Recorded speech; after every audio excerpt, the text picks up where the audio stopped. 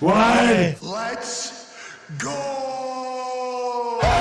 This show fucking stinks, and the fact that you listen, we are very, very thankful for it. AJ, you never cease to amaze me with your toxicity, pal. You got a couple of these? God damn it! What the fuck are you doing? Fuck Boston.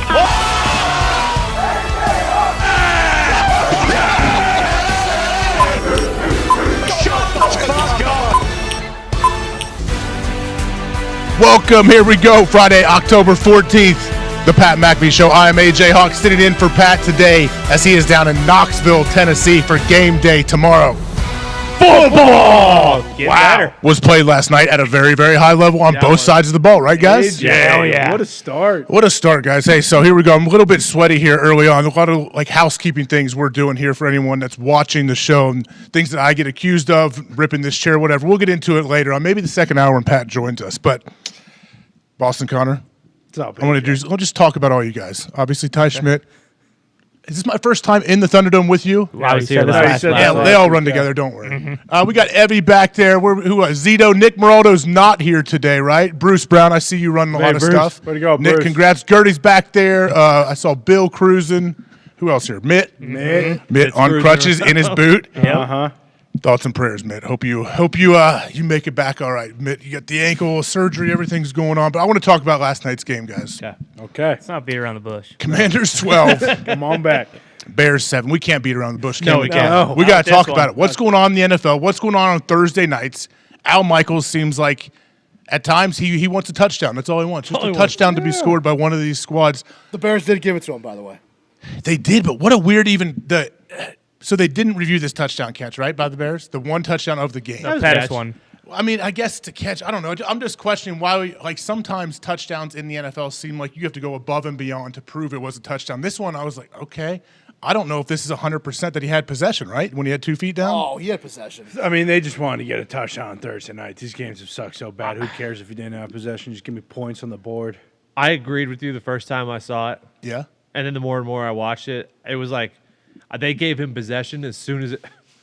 Maybe you're so hot because okay? you're wearing. I got worked up before the show, 30 seconds before we went on the air, Well, no, guys. I'm saying Sorry. it's a cool look, but you're wearing a hoodie and a jacket over the hoodie, which is not normally your go-to. Take off the jacket. Oh, no, I wear no, definitely not taking it off now. But I feel great. What do you mean? Okay. I mean, you're sweating. East Bay. I love your East Bay sweatshirt. That's pretty good, huh? You look good. Does anyone? Wait, how old are you, Ty? 32. You even know about East Bay? I'm going back to old school East Bay when you had to get the magazine and catalog. call and order. That Yeah, was the you kidding greatest me? time of the year. You guys actually did. When did that stop? No matter what sport you were playing, you were waiting for the fall issue to order your football cleats, winter issue to get your I'm glad you guys. You know about this, Con? I know about the website. I do not know about the magazine. I do ordered a believe 2007, they took down the catalog. No. I mean, I was using the catalog in 99, Oh, no, they've always had the 96. catalog, but the website was built 07, 08. Come spring, you were ordering a red line. Yep. Yeah, man. You get it, and you have your own little little ID. You would tell them when you would send. They did it right. Are they dead?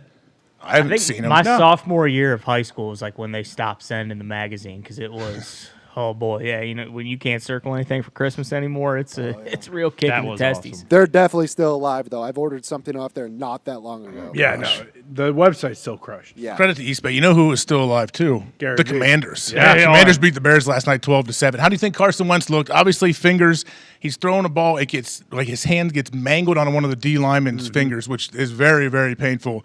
But he shook that thing out for the next 90 minutes or so in slow mo. Does he have the biggest hands and fingers on the planet? Does he have the rubberiest hands on the planet? Yeah, talk about pliability. Has he got old Tony Guerrero working his pliability in his throwing hand? Yeah, Tony Guerrero. Tony, maybe his cousin. I don't know if he's in pliability or not, but Alex. Tony might be Carson's guy because Alex is always in Tampa. But no, I mean, it's the Commanders versus the Bears. I don't think we're expecting anything great. Carson, sure, he looked okay. I think he threw for 90 yards. So I don't know what the expectations are. Without the muffed punt, they really had no offense whatsoever. Yeah. But the one thing when you're watching the Commanders' offense is how good Terry McLaurin is. Anytime he got the ball, I was like, damn. Isn't it a shame? It's kind of a shame because he's not once Carson did get his hand hit, he definitely feel like he lost some accuracy that he may have had before that and some zip on the ball. But Terry McLaurin is special. And also, though, so what is Curtis Samuel, right? He drops a for sure touchdown, trying to miss time to jump too early. They're ridiculous.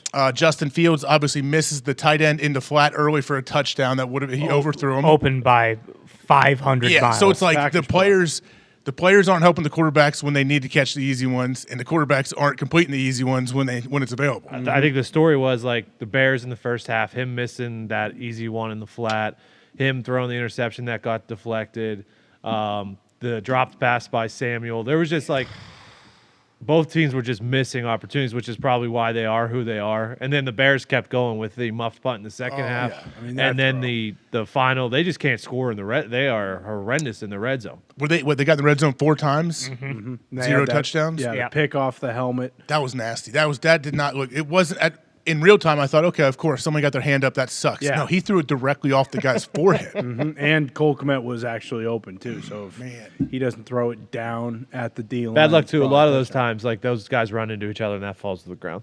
Oh yeah, that definitely. Guy caught it over his shoulder. Got made a beautiful catch. wasn't Jonathan it? Allen. Jonathan He Allen. did drill it right off his helmet. Jonathan Allen played some offense in high school. I promise you that, man. He caught this in traffic over his shoulder with a bunch of guys trying to kill you. So yeah, That throw in the flat, though, like, Yeah. just put a that's little one air you- under it. That's one you got to make. Just a little. And, I mean, even the fourth down where Khalil Herbert gets stuff on the goal line. Like, for a linebacker, obviously, you're trying to stop him. But, like, is there any thought to maybe jump up, get some air on it?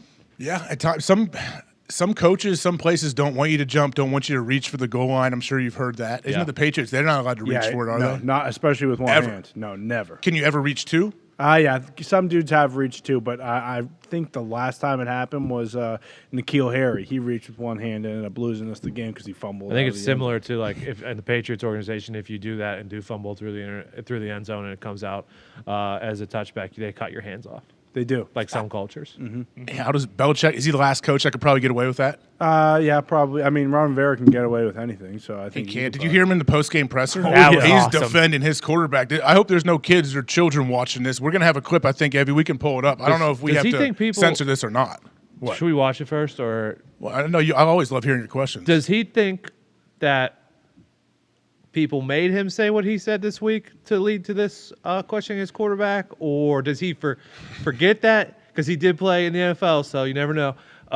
Does he forget that he said that earlier this week? That he said, "Hey, what's your issue, quarterback?" Yeah. Because it feels like Yeah, he was He kind thinks that- of insinuating that it's like, Everyone this is else- all you guys want to talk about. you know okay? what? It's on you guys. Let's take a look then. I want to take a look at the clip and then we'll make our decision. Here we go. You know, they've played their asses off. They have. They played their asses off for everybody. They come out and they show up. They work Stand up hard. for his team, guys. All right. They don't complain. Okay. They hear all this stuff and they got to deal with it. I get that. I respect them for that because they're resilient. They come out. Everybody keeps wanting to say, I didn't want anything to do with Carson. Well, bullshit. I'm the fucking guy that pulled out the sheet of paper, that looked at the analytics, that watched the tape in freaking when we were in Indianapolis. Okay? And that's what pisses me off. Because the young man doesn't deserve to have that all the time. All the time. I'm sorry, I'm done. oh, he didn't. Look at this hop though. Look at him. He still feels. He could probably still play. See ya. Juiced Was up. that laughing here or? That was on there. That wasn't you guys, was it, Evie? No, that was the video. Who was laughing? Oh, it's probably players. He opened the door back, and that's the Okay. locker room back Yeah. there, and players are snapping each other's towels. You know, just fun and Yeah. jocularity like we talk about. Yeah, or some guys laughing who was filming. Like, Jesus, I can't believe Ron Rivera just did this. This is hilarious. So, okay. So you're saying because of that clip, he's acting like, hey, you guys brought this on to us. I didn't do this. Yeah, when Ron, we remember what happened this week when you said quarterback. He did kind of start it all. You're right. He could have said something Not kind other of. than just Yeah, he one did. word quarterback when they said, what's the problem here? And then he's talking about how the other guys have to deal with it. It's like, yeah, moron. You should have thought of that before you said it and made it a huge That's deal what we this said. week. Remember earlier this Yeah. week after he said it, I'm like, well, now his own players are going to have to answer for things that he said. When, as a player, coaches tell you, don't say anything where the rest of the locker room will have to answer for you. Like, you don't want to create anything like that. The coach does it. Maybe Chuck was onto something, though. Is this a whole deal, like a rallying cry? Hey, it's us against the world. Just the Commanders' locker room versus everybody. We're going to go on a tear and score a ton of points now? I mean, I suppose, but isn't this just kind of re-perpetuating it, and it's going to make it a bigger deal? Like, why couldn't he could have just went the Belichick route and been like, we're not talking about that. We just had a huge win on Thursday night on a short week, but instead, it's, I think he's trying to get the players back. Maybe is that possible? Like, hey, the Maybe. players will stand by That me makes if we are unified at least against the media, like the Herb Brooks deal. If they all hate me, then they're bonding together against me. Are we doing that against the Yeah, media in Washington? But you and Pat always talk about how like players aren't stupid. They know what happened. Like they're seeing that. But too. still, though, like At the same time, if you're living with Ron, if you're from everything like I've heard before, a lot of this, like people like Ron Rivera, they respect him. He's a guy that cares about his players. So maybe if you know that Ron does care about you as a player, but he just made these comments, maybe I'm sure it would help you. But it's not necessarily Ron Rivera, right? I mean, it's Carson. Granted, they won, but you're talking about how the quarterback stinks, and then he fucking goes out and throws for 99 yards on Thursday night against the Bears, who aren't exactly world beaters. It's like, hey, Ron was right. This guy does stink, and we're not going anywhere. Like I don't think. I think it's just a mess that, I don't know. Unless coach shouldn't start messes like that. No, exactly. And unless they keep winning, people are going to keep going back to this. Do you think they are going to continue to win? Both win? Those teams are awful. Yeah. Either their defense is okay, though? I don't think so. I was trying to think about that because everyone's like, we good old-fashioned defensive battles. What's the difference between a defense? Maybe this is like one of these hot take questions they do on shows. Like, what's the difference between a defensive battle and a game played with just two terrible offenses? I mean, probably maybe this week to last week, you could argue, because are the defenses good when they play other teams as well? That's because the Colts and Broncos defenses are good when they play other teams. The Bears and football teams' defenses not as good when they play other teams. No. Yeah, I guess it's like when it's a defensive battle, we're seeing 3rd and 6. Guys putting pressure on the quarterback throwing a beautiful ball, but defender gets there right the last time to break it up, make a big play. Like we're not seeing balls being overthrown in the end zone, guys dropping balls left and right, muffed punts. I guess we're not seeing all that, huh? Balls off D linemen's heads, foreheads. Yeah, I mean, really, and you could argue, the Bears at least have some studs all over the place, and same with the Commanders with their D line. But it feels as though all I'll remember from the Bears defense is that Carson Wentz blew up their best player on a little block Roquan Smith. I mean, he destroyed him. Yeah, he did destroy. But Carson's a big old dude. You guys had Carson here, right? Oh yeah, he's a big son. Watch him here. Bang. See, I feel for Roquan because Roquan, he did not see him till the last second. I think right here, and then he wasn't exactly sure who it was. Maybe he wasn't sure it was Carson because if you know a wideout's coming to block you, that's the whole thing as a linebacker, a different position. You can't let a wideout block you. But guess what? There's a lot of big wideouts that can block you. So you got to bring it extra if you see a wideout coming for you, and if you see a quarterback coming for you. You got to put your head down and try to put a hole through that guy. You also wonder if these guys don't maybe just get a little bit gun shy with. Granted, he's out there trying to lead block, but I think you're right. I think it's like, hey, if I run through this guy and blow him up, who's to say that I'm not going to get penalized for it? I can promise you, next time a quarterback tries to block Roquan, he will not be thinking at all. He will be going directly through that person. Yeah, I wish for the Ron Rivera thing though, why didn't he just kind of redirect to Dan Snyder? Because I almost forgot about what Ron Rivera said because of all the Dan Snyder news yesterday. Yeah. And then Snyder's up there looking like a stooge, in his white tee. Yeah, there's a photo. Sitting right in between. Yeah, he's got your jacket and hoodie on. But that's kind of why the Commanders, does it even matter if they're good or bad? Because their whole organization from the top is on fire? It does matter. I would imagine Dan Snyder wants to win and everyone else, like Jason Wright, wants to win. Yeah. But you got to show some kind of hope. And are we going to get any of that this year? Chase Young, when does he come back? A week or two? Hopefully. He had some sweet shades on the sideline. Sweet hat. Yeah. Well, were you a little bit surprised in the coverage? I don't know how much of the pregame and even during the game. They talked a lot more about the situation in Washington than I thought they would. Did you guys think they would go into that? Or is that are they kind of going as the internet tells them? Because when Tua thing happened, weren't they complaining? Yeah, exactly. People on the internet were complaining, they didn't touch it, and then all of a sudden they must have seen that, and then they start talking about it and talking about the issues going on. Now I feel like last night we got inundated with Dan Snyder and Washington stuff, didn't we? Yeah, and Fitzmagic. Sorry. No, it was just, you when the game is that boring and that bad, you kind of have to talk about it. It's like you can't just keep. Well, Al Michaels saying he should probably sell the team. Well, yeah, that's Al. I love how Al seems like he has a lot of freedom in Amazon, and he doesn't care, and he's like, this is who I am. I love Al. Everyone loves Al, but I just felt like there's a lot more stuff that may put the NFL not in a great light that we don't see on other networks maybe. Well, and there's some bashing. Fitzmagic just kind of came out and said Justin Fields is a bad quarterback, and I feel like that usually doesn't happen, especially when it's player on player. And if you were watching the game, it felt like the O-line was getting good pressure or letting Washington get good pressure, but it did seem like they were kind of going a little more of the pundit route, and they did get hammered for the Miami thing because even after the game, they wouldn't say anything, but they brought in I forget Michael the guy's Smith. Michael Smith. Was that after the game or even halftime? He had like a 4 or 5 minute deal talking about the whole thing. Yeah, it was after the game because halftime, like you said, they really didn't either know what to say or they didn't want to share their thoughts because they were former players. Like, it was very weird. But then last night, to your point, it seemed as though they were much more like, hey, we can just call it how we see it and go about that and face the repercussions versus, the internet and everybody kind of saying like, oh, they were too scared to talk about the Tua thing. Yeah, I guess maybe Amazon thinks that's especially on the day where what was it, Sports Illustrated came out on Dan Snyder? Or ESPN? Yesterday, yeah. Because they talked about the story and everything, but so Washington they've refuted it, right? Say this is not true. Yep. This is no basis for that. But if ESPN or Sports Illustrated's writing something, like there's got to be something to it, right? Oh, yeah. Well, and with how long the article was, you assume that they've been working on this for quite some time and probably have several. So, it was a really long article, so I don't think it was just, they started working on this 2 weeks ago and all of a sudden, like, it seems like this is the type of thing that's been kind of like years in the making almost. Yeah. So what does Washington do from here, though? We'll talk about the Bears in the second seat, don't worry. But Washington, are they happy they won? Like, are they celebrating in the locker room? Yeah, probably. Yeah, you were. I don't know if I've been a part of a game like that. So we won a game 9-0, I think, once against the Jets.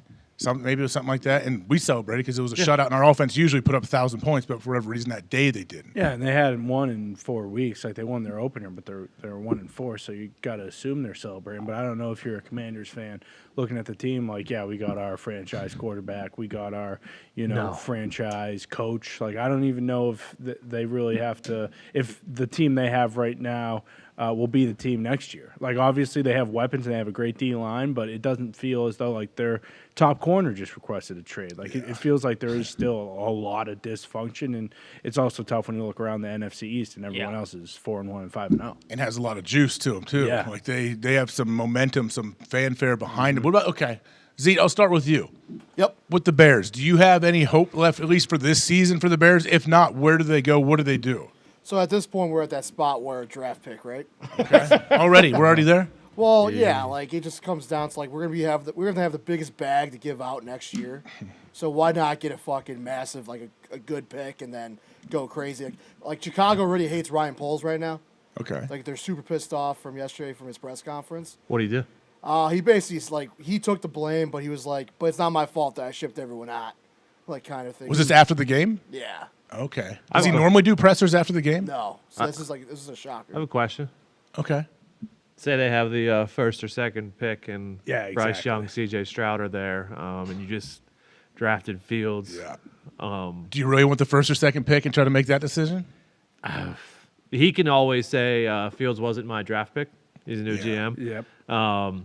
And do what he pleases there. But that'd be a decision for sure. Yeah, and if like they do have that first pick too, like I honestly think the first pick might make it easier because Will Anderson, everyone is kind of like infatuated with, and if that's the case, that he's by far and away the best pro prospect, then then it's kind of an easier decision. But if they have like the second or third pick, and basically the next two guys is Bryce Young and C.J. Stroud, like it's hard to imagine that they don't just kind of cut bait with Fields because he's not their guy. Yeah, I guess. They're definitely not taking C.J. Stroud either. They are snake bit. They're not drafting another Ohio State quarterback. You're probably right, but they can't be sitting here thinking right now we're going to have the first or second pick. GM. I mean, Eberflus didn't. The GM and owners could. The owner, every coach is like, hey, man, what do we need to do to hold on to our job? We got to win some games around here? That's what's so hard is like the discussion around Fields is like, have the Bears done enough to kind of put him in? They put him in terrible positions to make plays, and then he hasn't really responded when he has had the opportunity, but he's been put in a terrible position so far, it seems exactly. So do you kind of just chalk it up where he's in the same situation as a guy like, Blaine Gabbert or like Jake Locker, where like these guys who got drafted right around the same spot in the draft that he did, went to bad situations, never really got a fair shake, but then after that, it's like no one is going out on a limb to give this guy another starting opportunity. It's like he has enough tape out now. At this point, it seems like a lot of these guys who are quarterback gurus or however you want to call them that cover the game, like they seem to think that his game hasn't really translated to the NFL. Yeah, are they? Yeah, I guess you don't know. Both of these quarterbacks, though, when you look at Carson Wentz and Justin Fields, who faced off last night, well, I guess Justin Fields, people still have hope that he could be the guy. On him, though? What's that? Like for the amount of rush, like the pressures he got last night was a record high for him, was like 18 or some shit. Yeah. How can you judge a quarterback on him just getting destroyed and pummeled? You can't really, but we have to go off of what we have. That's all we have on him. So we don't, like, in a better situation, is he going to play better? Absolutely. With a better offensive line, with better scheme around him, things that kind of cater to what he does. But what we do see is the dude he takes off, of course, at times because he's super athletic. The huge run at the end that set him up to almost win the game. That's what he does. And you just got to couple that with his arm because he has plenty of arm talent, but he's just missing throws here. He's got. I wonder what his confidence is like. Honestly, I will say too, wide receivers are dropping his balls too. Like, there's a lot of balls that should be catchable, and they're all. I mean, the one to win the game. If he even said right, if was it Mooney? If I just caught it right off, if I caught it in the first place and didn't bobble it, game over. We win. I think it's both. I mean, they're dropping balls and stuff like that, but he also can't miss that throw for the touchdown. I mean, if he's in New England picks him, do we think he's a good quarterback? Well, he's better. I think he's better than he is in Chicago. Well, and that goes to situations. Like, I think New England will probably play to his strengths a little more. Like, that run was unbelievable. Like, they should probably have a couple more designed, like, packages just for him to run because he is an unbelievable runner. But, like, it's getting near the thought of, like, Dan Jones. Like, he's in his second year. He's played 6 games. He's in a new scheme. Like, what happens if they don't turn this around? And then after next year, he's got another new coach. Like, he might not have a fair shot. And, like, you see Dan Jones now, he's having the best year of his career because he finally has a head coach that it feels like you couldn't say completely supporting him because they didn't pick up his 5th-year option, but it feels like the Dayball's at least putting him in the best possible situations. That is where it comes in with, like, the Bears haven't really, because, like, Dan Jones, they're not asking him to do that much. They have Saquon, so it's like, hey, you just can't be turning the ball over a shitload. Justin Fields, like, David Montgomery is very good, obviously, but they are relying on Justin Fields to have these explosive plays and put them in positions to, like, he really isn't in the position where it's just like, hey, you just need to manage the game and not turn the ball over. It's like, hey, we need you to go out there and be a fucking superstar for us, okay? Yeah. And hey, you're going to be the one, like, it all starts with you. You're not going to get a lot of help either. The ball's down the field, like everything. At times he has, but, man, last night he didn't get any help from his team, I feel like. No, and to Fox's point about New England, like, there is definitely that part about, rookie year Mac Jones where it was more so like, hey, you don't have to go win the game. Like, let's just not manage it, but let's control the ball. Yeah, just be a pro, basically. Like, take care of the ball, do the right thing. Hit when they're open, hit them. If we have a 3rd and 5, we need you to pick up a few third downs for us. Yeah, exactly. Whereas this year, though, it's more so like, hey, we need you to go win the game. And Max, I think anybody who's watched all the Patriots games can agree, like, Mac did not look like who he was last year this year because it feels like he is trying to do too much. And Fields from the jump having that kind of pressure and thought in his head, like, hey, if I don't play well, we're not going to win. Like, that's a tough situation to be in, especially when you're in your 2nd year. You already got a new offensive coordinator, new system, and your head coach is a defensive guy now. So you're really just kind of relying on the OC. But and granted, I don't know how much that really affects it, whether you have a head coach who's offensive or defensive, and how much work you do with the quarterback's coach and the offensive coordinator versus it.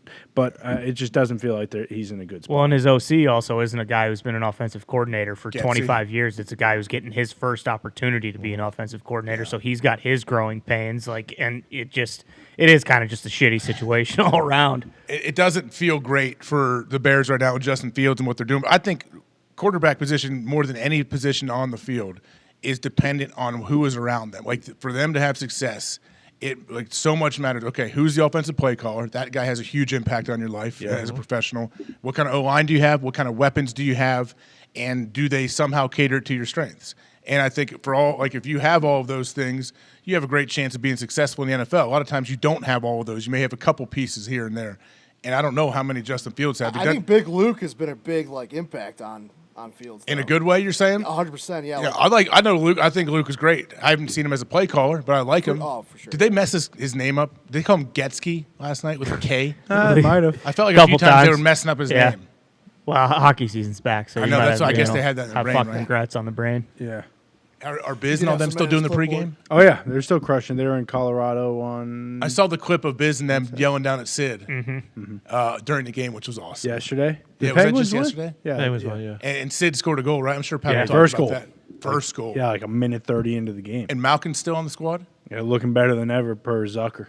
Really? Yeah. What about Kaboli? Does he do anything with the Pens? No. Strictly Steelers football. Yeah, Kaboom does not mess around. So what's he Still do got our list, in the offseason? Old Kaboli just report on There Steelers is no stuff like off- yeah, combine, there is no pro off-season. days. There's no. I know that. exactly. I mean, the offseason really doesn't start till after the draft. Like keep giving him a run around anyway, so he's always trying. He's working hard all day. You think Kaboli could ever go work for like NFL Network or because wasn't like Ian was a Patriots guy, right? Before Network. Yeah, exactly. So Kaboli could be an NFL Network. He could be like in a suit like Ian, right? Yeah. Kaboli could be the fucking commissioner. I mean, let's be real here. Kaboli can do anything he wants. That'd be good. Can you imagine the pressers that Kaboli would put on as the commissioner? Yeah, absolutely. He'd crush it. He'd probably talk up your guys' weather guy. What's his name again? Joe DiNardo. He's not just a weather guy. First off, don't act like you guys grew up with Joe DiNardo over here. Tony, you did, right? Yeah. Are you like AQ and you don't like? No. Why do we always do this?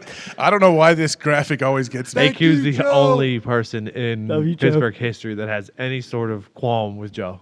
Made him cancel 50% of his tee times, Diggs. First off, is AQ really looking at the weather forecast? Oh, Joe said it's going to rain. Got to cancel my tee time 4 days from now. Is that what he's doing? You haven't seen the commercial, have you? Of what? Joe said it would. No. I mean, Hoagie is in it, and he's saying, when there's rain on the field and your game gets canceled. Oh, are you serious? Swear to God, Joe said it would. Oh gosh, okay. I don't. He's a legend. Yeah, obviously, I guess as us Palm Mustangs, right, Con? Bingo. I should know that. Roll Stangs. Roll Stangs. Come on, dude. Hey, we do have Gabe Davis on today, right? Yep. Yeah. In the 1 o'clock hour, we have Gabe Davis. Pat will be joining us at in the 1 o'clock hour, right at the top from Knoxville. I guess Peyton Manning is the guest picker, right? Oh yeah. The sheriff. Great choice. Knoxville, Tennessee. Who's Tennessee playing again? Alabama. Ooh, what a game that's going to be. Is Saban going to come on instead? 3 undefeated matchups this weekend. Penn State, Michigan, Bama, Tennessee, and TCU, Oklahoma State. Damn. Good college matchups, good NFL matchups this weekend as well. We'll go through our picks with Pat. We're going to take a quick break here before take a quick 5. And we'll come back at the top of the hour, obviously, with Pat, Gabe Davis at 1:20. Tons of other stuff to talk about. We have, there's a ton of stuff, actually. Like I said, the college games, I'm excited to look at a couple of them, maybe talk about it. But obviously, the NFL games are what is key. But we will be here. You come on back.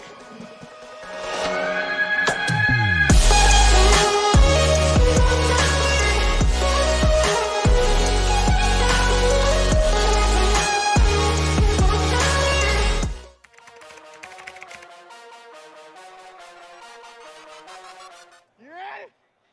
Let's go. Let's go. Let's go. Let's go. Let's go. Every morning you gotta wake up, man, feeling blessed. Another opportunity. Do it for your brother. So the man went back in that jersey, man. Go out there and make prayer. Mom's birthday in 2 days. It's like an early birthday present for her. We're gonna shine. We're gonna party when we win, okay? Church work. Make them feel like they can't get out. It's up to us. Remember what we do and why we do it. And stick together. Let's go. Let's go. Let's go! 3rd and goal from the 1. Bears lead 22-21, 2.5 minutes to go. There was that. Cousins on the speed. Touchdown! We just got in because of you, bud. You got us in, bud. Fires across the middle. Andrews has it at the 5. Turns and he's in for a touchdown. You were too wide open. I ain't had to shoot and run and do right now. Yoga, how do you come in so low and still keep your balance? I don't know. That's impressive. I just try not to think about it.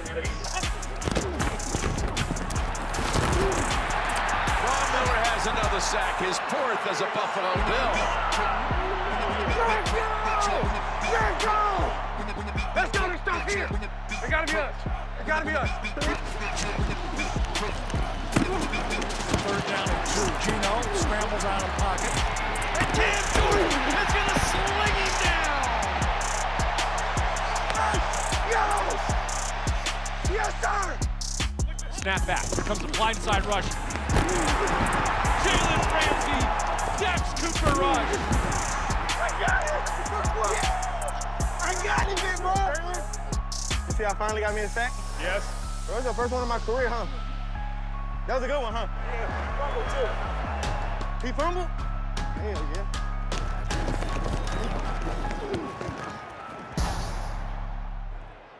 it's because you did that podcast this week. We should do it. We should do it every week. Nah, congrats, my boy. You sent me a pay stub. You got a deal. I'm trying to hit rare. Rare is my new. You can be good. You can be great. You can be legendary. But somewhere in there, you can be rare, elite, legendary. Rare encompasses all of it.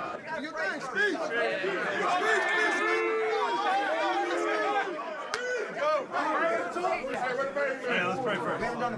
You're absolutely right. Yeah, we got to wait on our head ball coach. He's right behind you. How you doing? We came on the road, and we're leaving here with the mission accomplished. All right? Mission's accomplished. You fight your asses off, okay? Find a way, and it's got to be so much better, okay? Starting with us, okay, and then all the way down to each and every player. I'm so proud of you guys. I'm so proud of the fight. I'm so proud of the effort. I'm so proud of the fact that you stuck together. Hey, great team win. I love you. Dude, I love this team, man. Cowboys on 3. 1, 2, 3. Cowboys!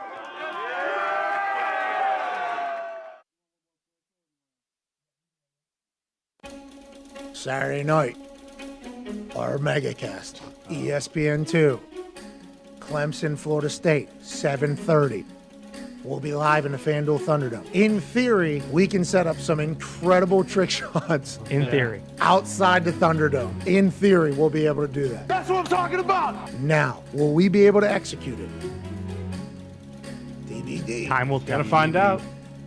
We have, I think, a special guest coming that is worthy of watching for. Oh, in person. I think so. It's going down in DMs right now. I've not got an official answer, but the way Chris that... Angel? Oh. No, he's got shows on Saturday. There's no way he's going to be able. He's got a sold-out theater. You can take Chris Angel off the list. But he might just appear. You never know. He's a magician. In theory, wires have been connected to pull off what we're looking to pull off. Worth a watch.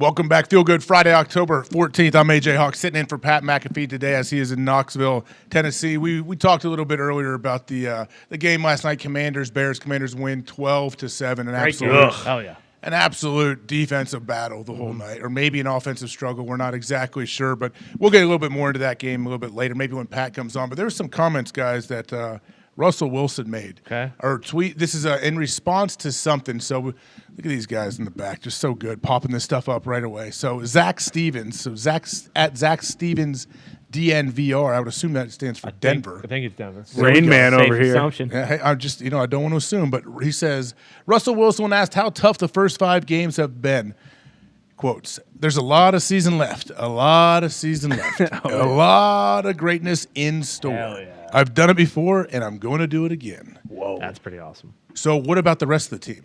We'll see if they can, carry the torch that Russ is going to carry. I don't know if he'll pass it or what the plan is, but, hopefully they can meet his greatness. Hey, serious question. What was your first thoughts when you saw this tweet? My God, this guy's an asshole was my first thought. Why? Because he's talking about himself? Yeah, they asked, how tough the first 5 games have been. To his credit, though, the guy said how tough the you. first 5 games for him have been, not the rest of the team. Yeah, sure, and he didn't address any of the first 5 games. I think what Hackett said was very valid about how there's growing pains. That's going to happen, and there is a lot of season left, and they can turn it around. But I think you can say it in a lot of ways instead of saying, I've done greatness before, and I'm going to do it again. Maybe he's just a true leader, and he said, I'm the only issue with this team. So as long as that's all me. When you lose a game and the coach tells the whole team or the media, hey, that's on me. I didn't have these guys prepared, and all that means is I'm giving 300 concussions this week in practice because I'm going to kill these guys. That's all that means. Is that what you're saying is going on here? Potentially, yeah. And he's not worried about that because he has the water. Boom. He does have the word with Ty. So you're a noted Russell fanboy, obviously, have been for years. Right. Big time. You love him on the Yankees as well. Shortstop / second base / home run hitter. He does not have the arm to fucking play shortstop. Good luck today. Okay, He's he's a second quarterback. base. Yeah, he's got a gun to Hall of Famer. Have you seen him this year? Well, he's got a noodle, he was out he's in got LA. a noodle arm this He was year. out in L.A. getting some kind of treatment, right? I guess. What do you think, Russ? Is he going to be able to turn the greatness back on? I don't know. And I also just think, and granted, maybe it's all outside noise and he's not paying attention to it, but I feel like this is a perfect opportunity when you have all of these former teammates talking about kind of how big of an asshole you are and all that kind of stuff. It's like, okay, I'll talk about the team here. We've been having our struggles, and instead it's a perfect opportunity to talk about how great I am. I've done it again. I'm gonna do it again. I've done it time and time again.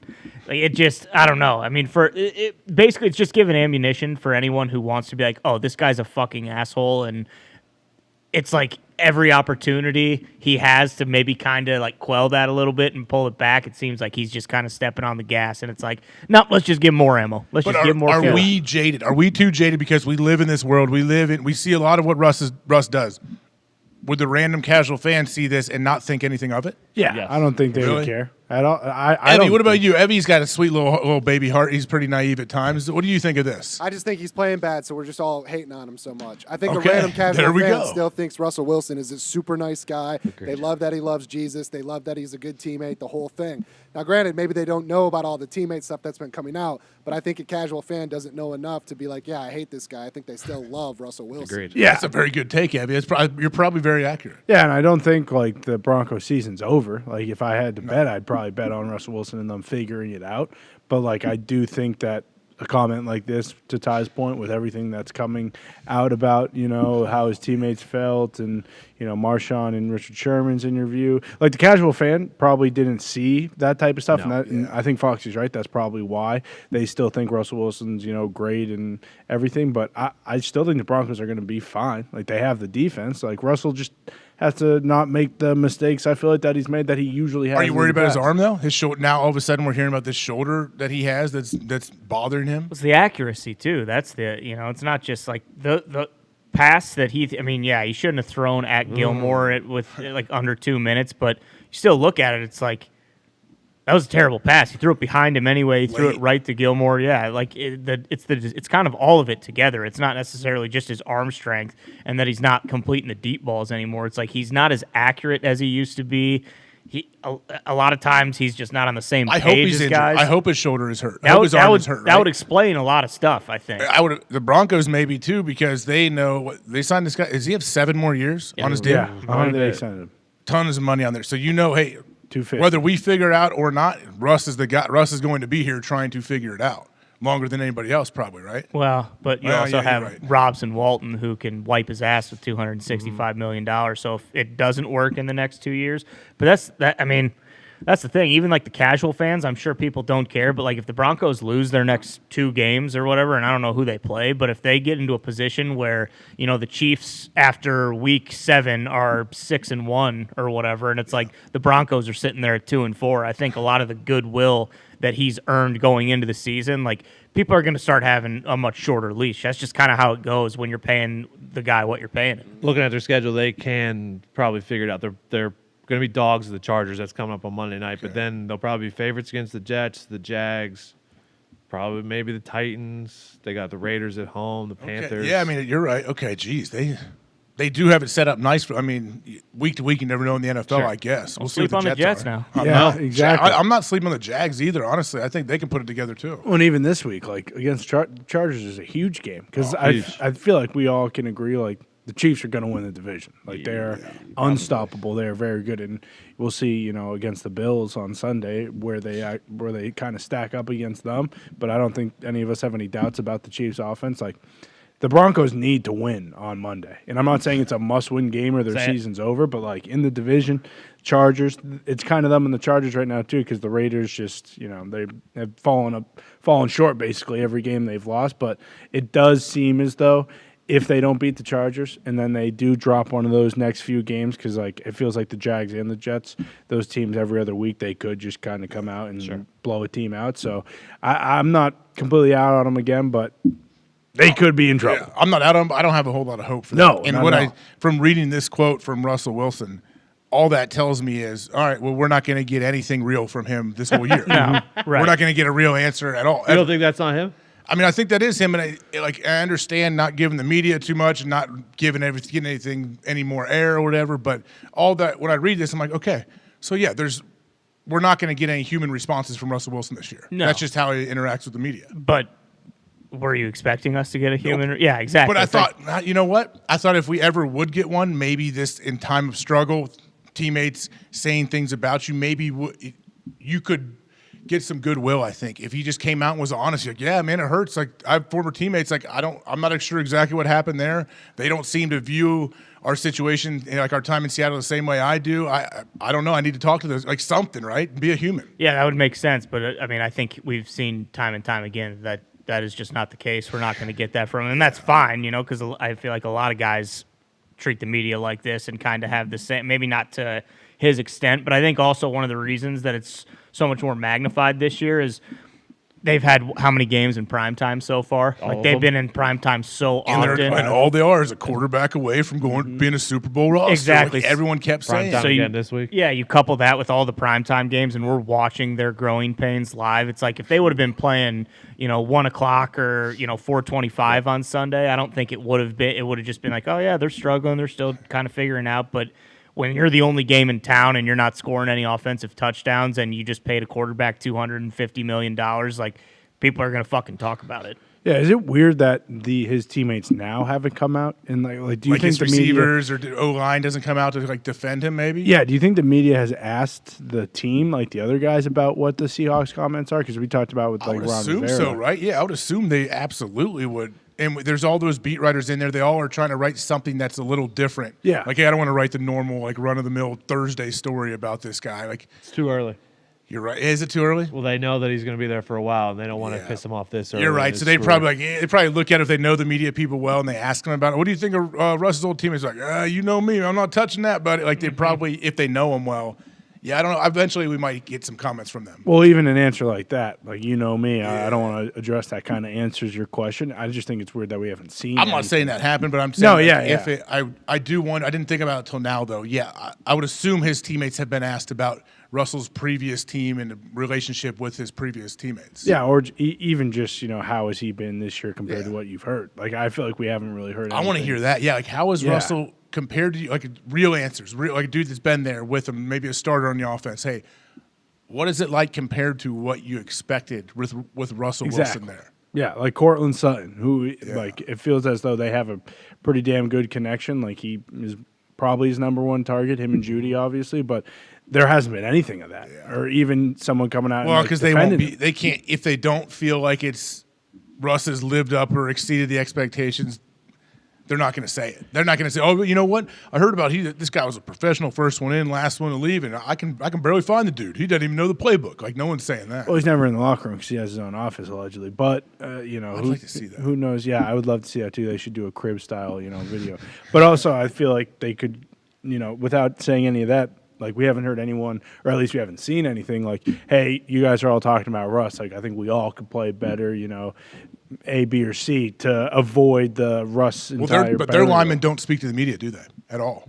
Is it the Broncos still, or was it Washington that didn't? Which team? There's some teams where the O-line doesn't speak to the media. No, Broncos does because the one who chased down the interception or fumble or whatever a few weeks ago. Right. Bowles. He was on GMFB. And good point. He was on GMFB, and I believe he got hurt last game, and I think he's out for the year. He is out for the season. But he did media. I feel bad for that dude because he was running and trying to dive. He had at least one knee brace on, maybe two. Mm-hmm. And all at Ohio State, they made, when I was there, all the O-linemen had to wear double knee braces, like to protect for makes sense. ACL, whatever. And those guys hated putting them on, but they definitely saved their knees a few times, and they hate it because you can't run with them. Like, you can't extend your leg fully. So then Bowles, I felt when he's running, and he tries to dive, and that's why it looked like such a weak dive because he can't push and dive with that Dahn joy. Well, he's also 25 yards away from the carrier at the time. Yeah, but he could have got a little closer if he didn't have that Dahn joy on his knee, though, is what I'm telling you. I felt bad for him. Like, people think he just has a little Sure, I respect a good Dahn joy, though. Yeah. Uh-oh. Am I good? You wearing one now underneath your jeans? 100% all the time. You're supposed to put it over. Do you like that? I like when people at the zoo and they have jeans and a Dahn joy strapped over top of the jeans. That's a great look. I always see that and I say, I respect the hell out of this son of a bitch. When I wear my stonewashed Bruce jeans, I put dude over top of those, Really? Like when I'm doing yard work. Put a knee sleeve over top of your jeans. No, you get a not the Walgreens, sleeve, too. the Dahn joy. Yeah. Full Dahn joy. Yeah. Just in case you don't want to. Don't blow anything out. Yeah, moving. You never know, like mulch. when I'm mulching or fucking edging or something like that, and one of my dogs comes up and hits me from behind. I got the Dahn joy on. I'm not gonna fucking tear. If I got the weed whacker out, I'll throw the fucking Mueller elbow pad on just in case. Will you? Oh yeah. What about the copper fit elbow pads? That's underneath the Mueller for double protection. I used to wear that, but And then you wear the rec specs. Tired of giving money. Well, you the eyes. Yeah, you have to. Safety first. You don't want to catch a stray weed, going right in your cornea or something like that. So yeah, have to have the eye gear on. And then the copper fit fingerless gloves are actually great for. I did see those. I think I was at Walgreens yesterday, and I saw the fingerless gloves. Yeah, what do we do with them? You can. What do you mean? Yeah, weed whacking, Do lawn they? So mowing, does a video copper games, fit like driving? Live in them. I used to have there's anyone that's old. There's Lee Haney lifting gloves. Lee Haney, Mr. Olympia, a few times, and they strap. You put them on the fingerless leather gloves, and they strap around your wrist, so like a wrist brace too. Oh yeah, they're pretty serious. I did see. I respected when I saw you get out of your car today and you fucking took off your leather driving gloves and fucking put them in the glove compartment. You saw that? I got a special lockbox. I put those in with code and everything. Like the transporter. Yeah. Those gloves are serious. Yeah, you did look awesome. Leather gloves with the finger just cut out and then little holes in there for air. Knuckles. You were basically fucking Gosling and Driver. Yeah, pretty much. Get some tassel shoes. Yep. I can't wait. Scorpion jacket. What were you saying, Con Man? You're trying to throw some other dig my way. I was just saying, when you make snowballs with those copper fit gloves, I mean, you've never seen the copper rounder. fuses to the snow. And it's basically it feels 10 times heavier when it hits your head. It's basically like throwing a Rawlings MLB fucking. That's right. You guys better watch out. The first sprinkling of snow we get here at the Thunderdome on Friday when I pull up, you better wear your helmets. Oh, we're gonna pelt your ass. Yeah, we better wear our helmets. Get that old buddy, whatever that stupid thing Guardian is. cap. Yeah, get the Guardian cap on. We do have like 40 Clemson helmets right now, so. I mean, we're gonna have a fort set up right behind the truck where you park, and you're gonna think we're gonna pop out of there. Boom! We all get out of our cars. You don't see us. You're dead.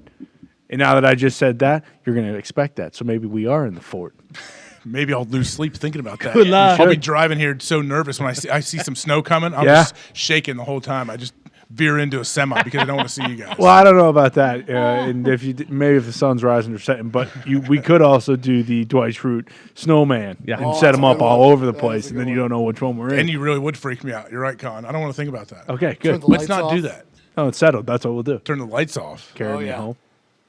Dak Prescott's got velocity on his throws, guys. Always has, always back. will. So I feel like when I hear Jerry or anyone else make comments on Dak Prescott, it started out like, hey, this guy might be back tomorrow. It feels great. And now they're winning games, and Cooper Rush is in, and they're like, nah, he's terrible. He can't throw. His thumb feels terrible. He can't spin it. Like, are they trying to knock this down only because they're worried about his health and saying, hey, we're good right now. We definitely need you, but we want you 100%. Is that what they're doing? I mean, that would make sense. If they're 1-3, maybe you rush him back a little bit because you don't want the season to Has just Jerry said that, slip though? away. Has he said, like, hey, I'm not going to – but Jerry was rushing him back until they started winning games. For sure, because I'm sure you're assuming, like, hey, Cooper Kush ain't the straw that stirs the drink. Dak is. Might be, though. He could be the stir that straws. That's what I've been saying. Straw that stirs the drink, yeah. never figure that at this point, like, and I've said it, I think the Cowboys as a team are better with Cooper Kush. Because they don't Dak's going to come back and they're going to throw it 60 times. Is that why you think they're more balanced? They just I think they just put more on Dak's plate because they're paying him so much and because he is good. But like with Cooper Kush, it's just been, hey, let's get Zeke and Pollard involved. Let's pick up first downs through the air when we need to. Like the defense is the best part of that team. Let our defense take the ball away and make big stops and obviously affect the quarterback on every single play. It seems like. And I'm sure the guys in the locker room obviously want Dak back, but. It's like at this point, why would you rush him back? Make sure he's 100% healthy. When you got to ride the hot hand, the guy hasn't fucking lost yet. Like he's single-handedly, kind of kept their season alive. And Sunday's kind of like a lose-lose almost, because if you wheel Dak out there and they lose the Eagles, everyone's going to be like, oh, what if they, had Cooper Cushion? And then if they wheel Cooper Cush out there and he beats the Eagles, then it's like, hey, how can you go back to Dak? Like it feels like Dak shouldn't play Sunday no matter what, but then you also kind of worry like, man, if Cooper Crush beats the Eagles, it feels like they kind of should go with him. Best case scenario is like last two games he's 15 of 27 and 10 of 16. Like if they keep getting wins like that, I think you can have a brain and be like, this isn't exactly Cooper Kush. And this probably isn't exactly sustainable to make a run. Yeah, he hasn't turned it over, which is the one good thing. He's protected the ball. So Dak, if we need to do. We need to do what you do best, but you need to also do what Cooper does best, has done best while we've been winning. Take care of the ball. We're not going to throw it as much, maybe. Yeah, I don't know why that happens. That happens in basketball sometimes when like a star guy is out for a while, team somehow plays better, wins a lot of games without him, and then they plug him back in and the chemistry's off or something. So what was it last year? Who got thrown back into the Packers? They played fine, I think, but we were worried about coming back into the secondary. I forget who it was at the time. Jair. Maybe it was last year, too. Oh, yeah. Well, yeah, it was Jair because That's Rasul right. Douglas had been playing so good, and then they were talking about moving him from, outside into, like, the slot and stuff like that. Yeah, sometimes, I mean, you can mess with, like, the chemistry and the communication that has been going on for 10, 11 weeks or something, but it's always best to have your 11 best players on the field, though. I would agree. I would agree with that. Would you? In college? Is that what happened in college for you? Where'd you go again? Duquesne University. Go Dukes. Wideout? Great day to be a Duke. No, wideout? Fucking Will. I thought you played wideout, too. No. In high school? That was high school. And quarterback. Oh, you were quarterback and wideout and linebacker? Yeah, he did it all. And safety. I saw you when you guys went to the Colts training camp. I saw the clip when you were like taking a knee, trying to talk, and you were giving good commentary about practice. You went through the blaster, and I believe you made a tackle on a sled on a bag or something. Clean tackle, fumbled. I told you at the time you have very explosive hips, Diggs. Like Wow. you're a savage. As the great Toby Keith said this morning while we were listening to him. Okay.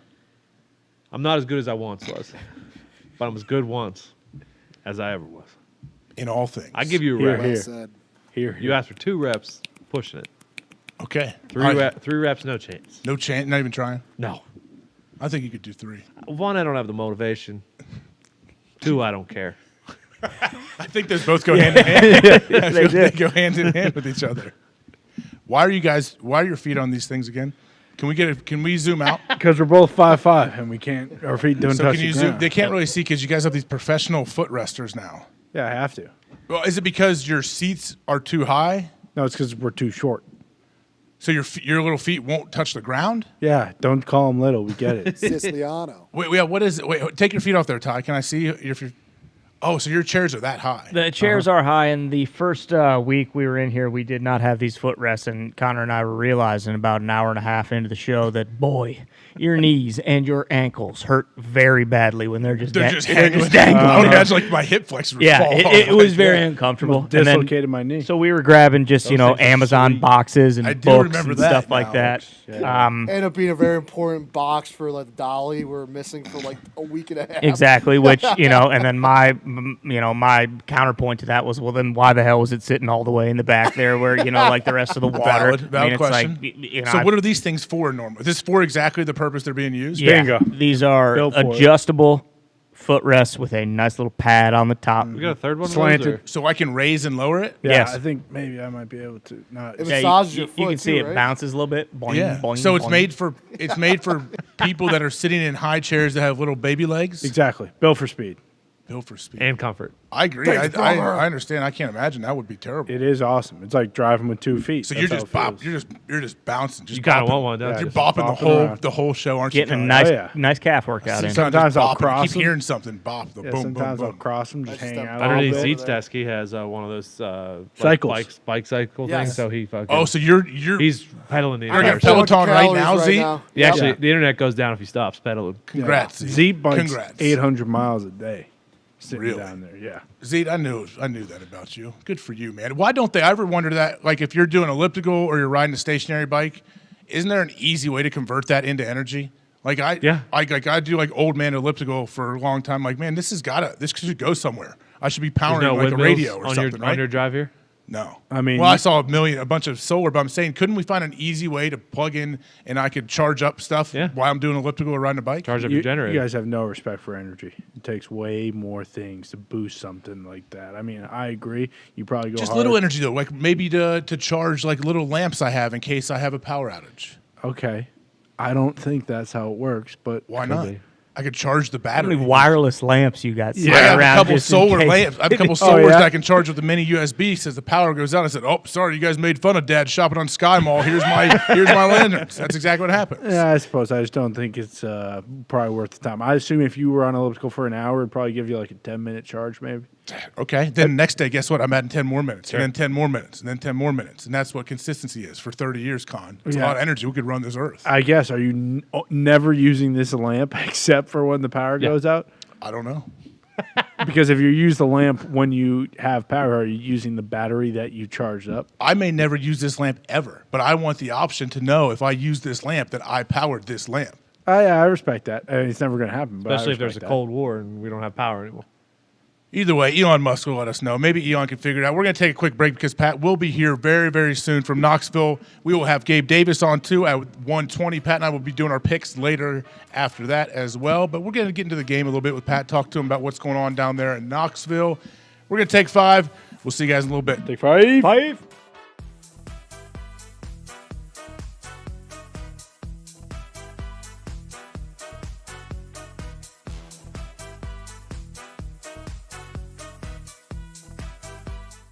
Hello, beautiful people. This is college football prime time with the Pat McAfee Show. I had no idea if we were live or not. We'll be raising money for every interception, every first down, every point scored. We'll be donating money to school-affiliated foundations. And here comes Dabo. Here we go, Dabo. Let's go, Dabo. Come on, Dad. Let's go. Let's go, Let's go, boys. All right, we'll donate 1,000 to Clemson just because Dabo looked awesome at the top. Good start. Look at him go. What was it, heads or tails? Do we know? No. None of us paid attention. I was talking right through it. Bad start. So Fagan ain't faking when he hired. If AJ can drive one of these 3 golf balls over 320 yards, we will triple that to $12,000. Jeez. That might be the one. 318. Oh, okay. Need another one. Dabo's all in. Oh, yeah. Oh, no. We will donate $12,000. Darius Butler will be attempting a triple shot from the stage. D-But, let's go. This is for $9,000. Oh, big return there for Clemson. We're about to go to commercial break. Let's go! Let's go! Let's go! Let's go! Man. $9,000 donation to the Jimmy V Foundation, $3,000, then it was tripled because Darius Butler is ice cold from the stage. This would make it a $6,000 donation if Bruce can make one of these NBA threes in 2 attempts. Cash. This is it. Come on! Let's go! Okay. He stayed on drive. That's okay. That's how we do it. Always good to have the referees. Oh, make a play. Pick. Oh! All right. Yep. Oh, wait. Do it. Well, look at him. He's on this side. I like it. Hey, he just ate 4 chairs. Yeah. That's a light hit. That's a light hit. Oh, no, he's not. That's good call. Good call, man. I mean, kinda. Hey, we're on the big screen. Look at us. We're on ESPN2 right now, big screen. Hey, thanks for having us in your house right now. Honestly, didn't always know where we were. She is not happy. I mean, is she in the game? She wants to blow out. We were told we're not allowed to say it. I think she said the F dash word. That's fudging horse crud. The main reason I went back for my senior year is I wanted to get out of the red. I was negative 220 yards going into my senior year. I said, forget being the first pick, forget playing for the Jets. I want to go back and get the positive in rushing yards, and it simply did not happen. They got finished with negative 400. And turn around.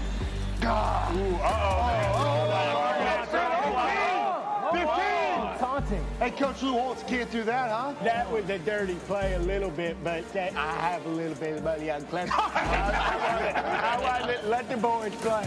If D-Buck goes 3 of 5 from NBA 3, we will tack on another $15,000 to make this a even matchup apiece. All right, that was practice. Good. There we go. There's one. Uh-oh. All right, he's 1 of 2. He got 3 in a row. Uh-oh, that's off. Fuck. He's 1 of 3. You can hit these last 2. Yep. Hit these last 2. Yeah. Here we go. For $15,000 donated. Oh! 3 out of 5. Yeah, 3 out of 5. Hey! Thank you. Let's go. Thank you, Omaha. That's going to Jimmy V. Omaha. How much is that? It's going to Jimmy V, right? I'm talking about 9. Boom. 9,000. Hey, good shot. Good shot there. Hey, sorry I had great. Hey. What? Let's go. This show fucking stinks, and the fact that you listen, we are very, very thankful for it. AJ, never cease to amaze me with your toxicity, pal. You got a couple of these? God damn it! What the fuck are you doing? Fuck Boston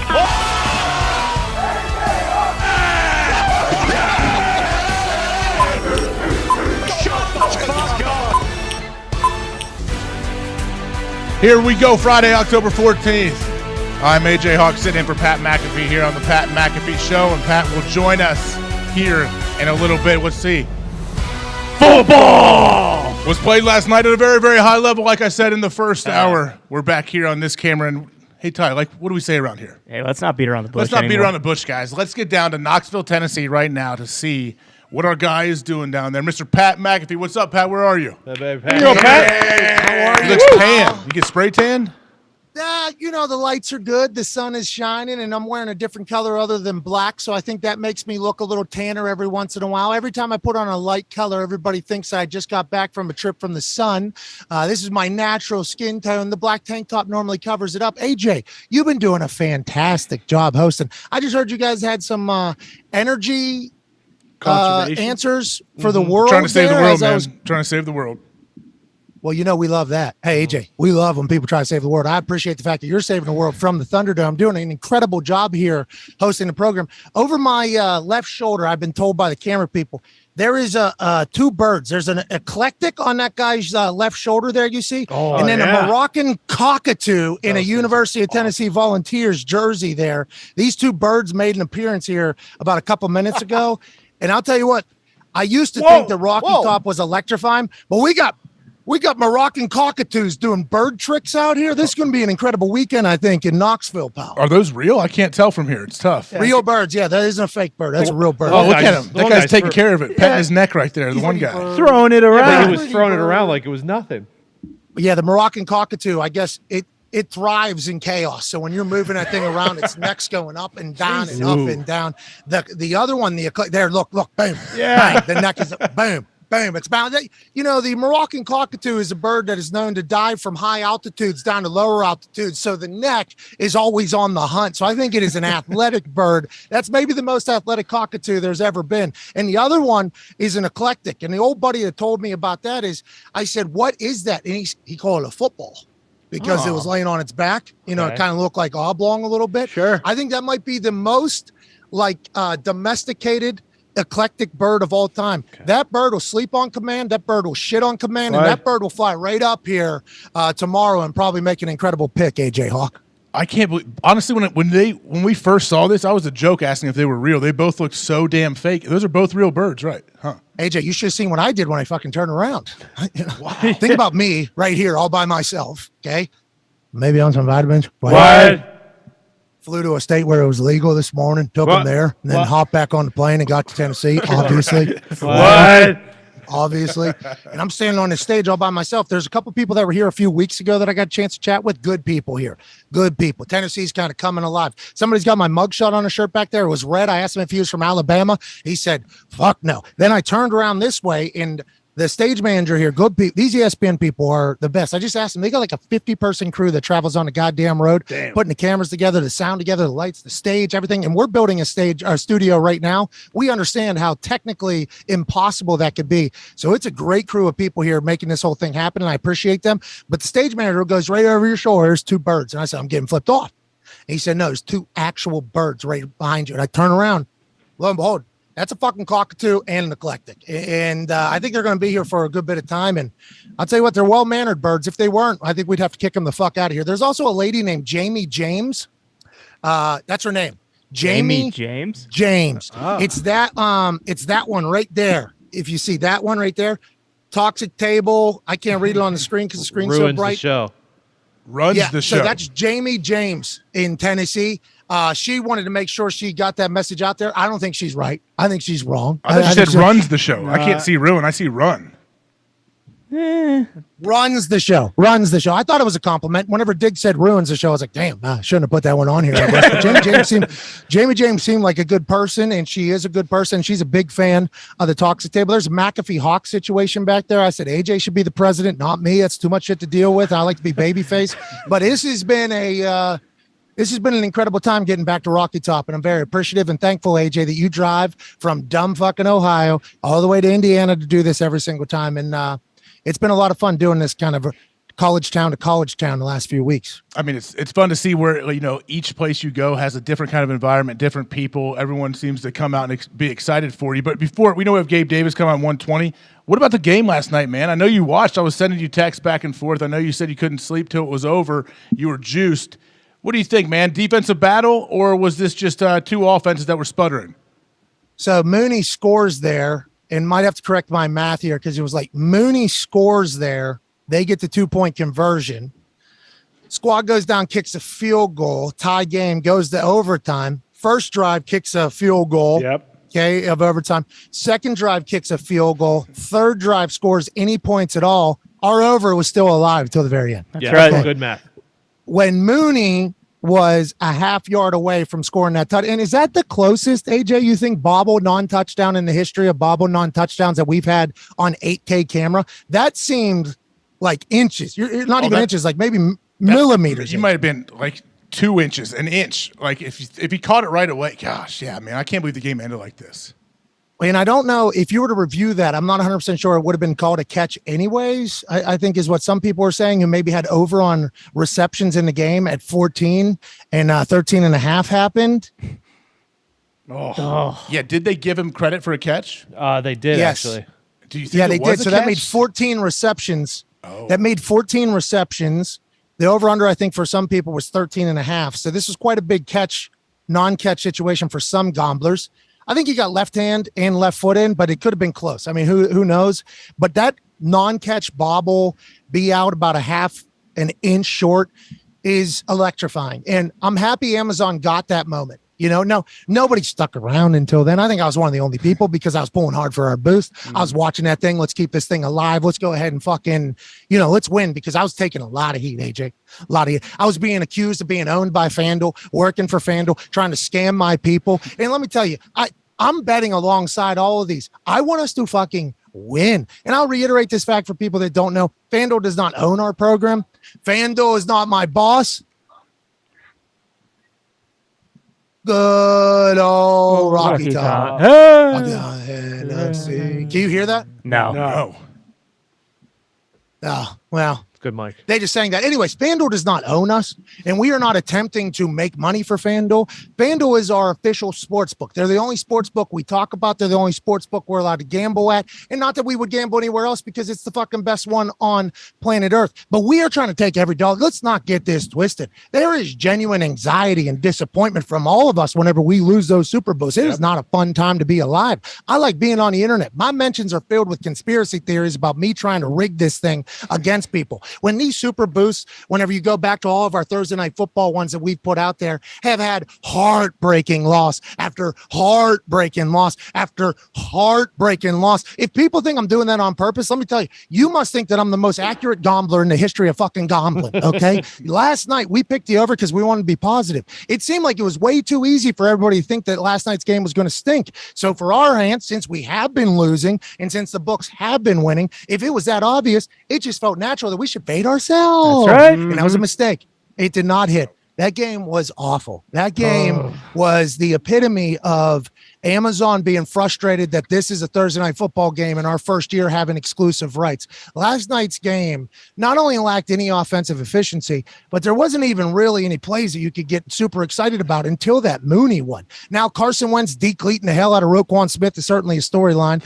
and the entire internet blew that up in Chicago. You won't get paid, and you got Carson Wentz knocking you out. Carson Wentz is 6'5", 240, dude. This ain't a small guy. He's a tight end, bigger than most tight ends, and he got a great shot on Roquan for Robinson. Many men.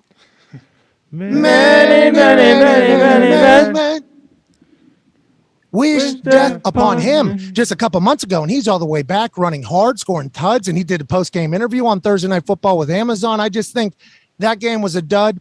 It seemed like it was going to be a dud going in. It felt like it was too obviously going to be a dud that it would end up being fireworks and electricity, and it was not. It was a fucking bore. Al and Kirk did a great job. Kayla Hartung did a great job. The Thursday Night Football crew did their thing. Felt like the screens were good. For cameras, felt like they were in high definition.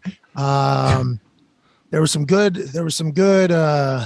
defense, right? When that guy helmeted the ball on the 5, to stop. Did he mean to do that, you think?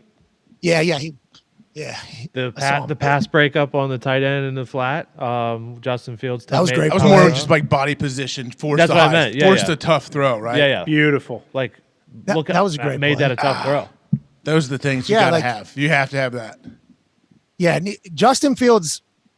I don't want to. I love. Hey, OH. Okay. IO. OHIO. Hell yeah. We talked yesterday about it. Which almost was the reason why I took the Commanders. But if a storyline is that you're starting quarterbacks trying to figure out how to breathe in big moments in the middle of an NFL game, that's alarming to me. You know what I mean? That's alarming to me. You think Tom Brady's worried about how he's breathing? No, he's trying to fucking murder you. Okay. So not saying that there's an adjustment period when you're young to Tom Brady. Tom Brady's played 20 years. I'm an asshole for even comparing the two. But I'm just saying that's what the big boy league is. There's no time for you to be figuring out how you can operate in a high pressure situation, because every game's a high pressure situation. There's a lot of money on the fucking line. There's not a lot of games. Your career cannot last that long. Your teammates' careers don't last that long. It's like you have to take advantage of every single situation you're in. So if that's already getting to him at this point, and he's already trying to figure out how to deal with it, that made me question some things. Then you watch him play last night. There's a lot of misses. There's some decisions that aren't there. So I hope Justin Fields can turn it around. I hope this new breathing technique that did seem to calm him. He looked very relaxed on that side when they weren't doing really much anything. Chill. He looked very relaxed and calm, which I don't love once again, but nonetheless, different strokes for different folks. He seemed to be calm. Once he kind of settles into being what he is, I think he'll be better. And I hope that happens because of how promising he looked coming out of Ohio State, if you know what I'm saying, AJ. Yeah, I mean, I guess he almost rushed. He rushed for 88 yards, almost has 100 yards rushing. They should do that more. Yeah. You got to have design runs for it. But also, they should just embrace it. They should embrace it. But they also, at the same time, they want to embrace him running, but they're also are trying to somehow form him into more of a pocket passer too at the same time. But I guess you can still do that. But hey, our run plays are run plays. Our pass plays are pass plays. You only take off if you have to. We need you going through your progressions, I guess. But he has no time, so what do you do? Athletically, he belongs. He's more athletic than dudes. He's faster than dudes. It's almost like if he was a tight end or something, we'd be like, this guy might be the next guy. Remember that shot he took? He shot he took in the playoffs couple too. Of them. He also was Skolsky. No, that wasn't Skolsky. Somebody, helmeted him in the ribs. It was Skolsky. He got targeted and got booted for it too. And Field just ate that thing and came back in. Yeah, I think he's tough. I think all those things, but there's some embrace it. I think they should. I think they should embrace it and just make that, hey, this is your style. And I know you're trying to save him and protect him for the long haul. But if he's not your quarterback year 5, who cares about year 10 that you're trying to save right now? Let's try to get him to his next contract to be the best player he can possibly be. And I know that you got to protect guys because it is a men's league. But if that is what makes you a lot better, I think you should do that. If you can do stuff that nobody else can do, let's do it. Now, if you're, an average runner, average guy, let's not ruin a career because you're a fucking average runner. But if you're an incredible runner, tough runner, have good vision, and can make plays, let's take advantage of that, I think. You know what I mean? Let's take advantage of that. Great. Now, I'm distracted by the neon signs behind you because all we can see is neon and we can't see anything written on them. But I love that this spot is now becoming a sign destination for this every week. Yeah, this show stinks like Max Duffy Roll Tide. Makes me want to bet Bama now. Yeah, see, that whole thing. He took a shot at Kirk Herbstreit last night, too, that guy. Of course. Who did? And that'll get settled. I mean, at some point, he'll just have to be like, oh, everybody else is right, I'm wrong. And I hope that happens. He's a little bit younger. We'll get to that point. But, yeah, this is something we should take in because this was not happening the first couple of weeks. Hashtag? We do not market this at all, just would like everybody know. No. Free Gump. Free Gump is the hashtag. Yes. Yes. I know what you thought it said. Hell yeah, Free Gump. Hell yeah. What did you think it said, Tone? Well, from this angle, you can't see the P, and the G looks like a C. You thought it said free cum. I thought, hey, it's pretty creative. It's a good sign, bud. You see this guy? This is actually to all the old whites that hate me on College Game Day for how I dress. This is what I was going to wear yesterday. That guy's a dog. Dog. Yeah, dog. Gabagool, too. Is that a real belt? The orange for the brand sign's fucking sweet, too. Him dressed like that? Yeah, I think it's for the belt. Does that white the bird X on the brand? Is it Chris Pontius holding that white bird? Does it have an orange T-shirt on? Hey, what's the name of the cockatoo in the eclectic? That's Bob the cockatoo. Okay. Hey, watch out! Peter might come for him. He keeps flipping that guy all around. Huh? Jack? Oh, Jack. Jack is the eclectic, and Bob is the cockatoo. But what's your name, sir? Chris. You in the pink. Party boy. I don't have a name. That's Spanky. Spanky. Shocking. Is that on your birth certificate, sir? Hello, baby, Spanky. Spanky. Come on. Anyways, Spanky wants to great hang crew out, here. Pat. Very good people here. I'm very thankful they're here. Somebody from Alabama just walked by. Sweet old lady. Might be a parent of one of the players or maybe a booster or something. These kids just booed the shit out of her. I mean, this is going to be an awesome weekend, and lucky to be here. And these cockatoos and these eclectics, they're not the only ones that think Tennessee's going to win. A lot of confidence on these on this campus, AJ. Really? Do you know what's the spread right now? Do we know? 7, I believe. I think it's 7. 7. Okay. What are the pundits saying? Do the pundits think that Tennessee can win this one? I don't know. It depends on who you talk to, right? Because all the pundits that I talk to, I feel like that's my. So how I learn is by conversations with people. Okay, that's my learning style. I think I have to listen to it. I think I have to ask a follow-up to kind of better understand it. That's my learning style. And I think that's why when I had conversations with people, I try to listen because I'm trying to learn in the middle of that thing. I'm not that good if I just I'm not good. We all know I'm not that great of a reader except for on Twitter. I fucking. But my conversations with people is how I learn. So the weeks of these college football game days, I've been trying to talk to as many people, that have a good opinion so I can learn as fast as possible. Everybody I'm talking to, listen, I'm not saying I feel this way and I don't want these people to hear it. Everybody that I talk to feels like Alabama is still Alabama. This feels like a perfect Saban situation. I don't want to say it too loud because I don't want these people to hear me or behind me, but this is what other people are saying right now. They're saying, hey, this feels like one of those big old elephant trunk. It's up. Really? It's up to. Drop it on them. It's up to 8.5 actually. And fun fact, public, there's like 80% is on Tennessee. So. Oh no. So that's all the people I talk to aren't the public people. Correct. So they actually think the opposite way. That also probably means when it goes from 7 to 8.5, booing. that Bryce Young is definitely playing. Getting booed in Knoxville. What the hell? Once again, that wasn't me. Well, it wasn't me that said that. That was just everybody I talked to basically said that. But why not Hypo in this team?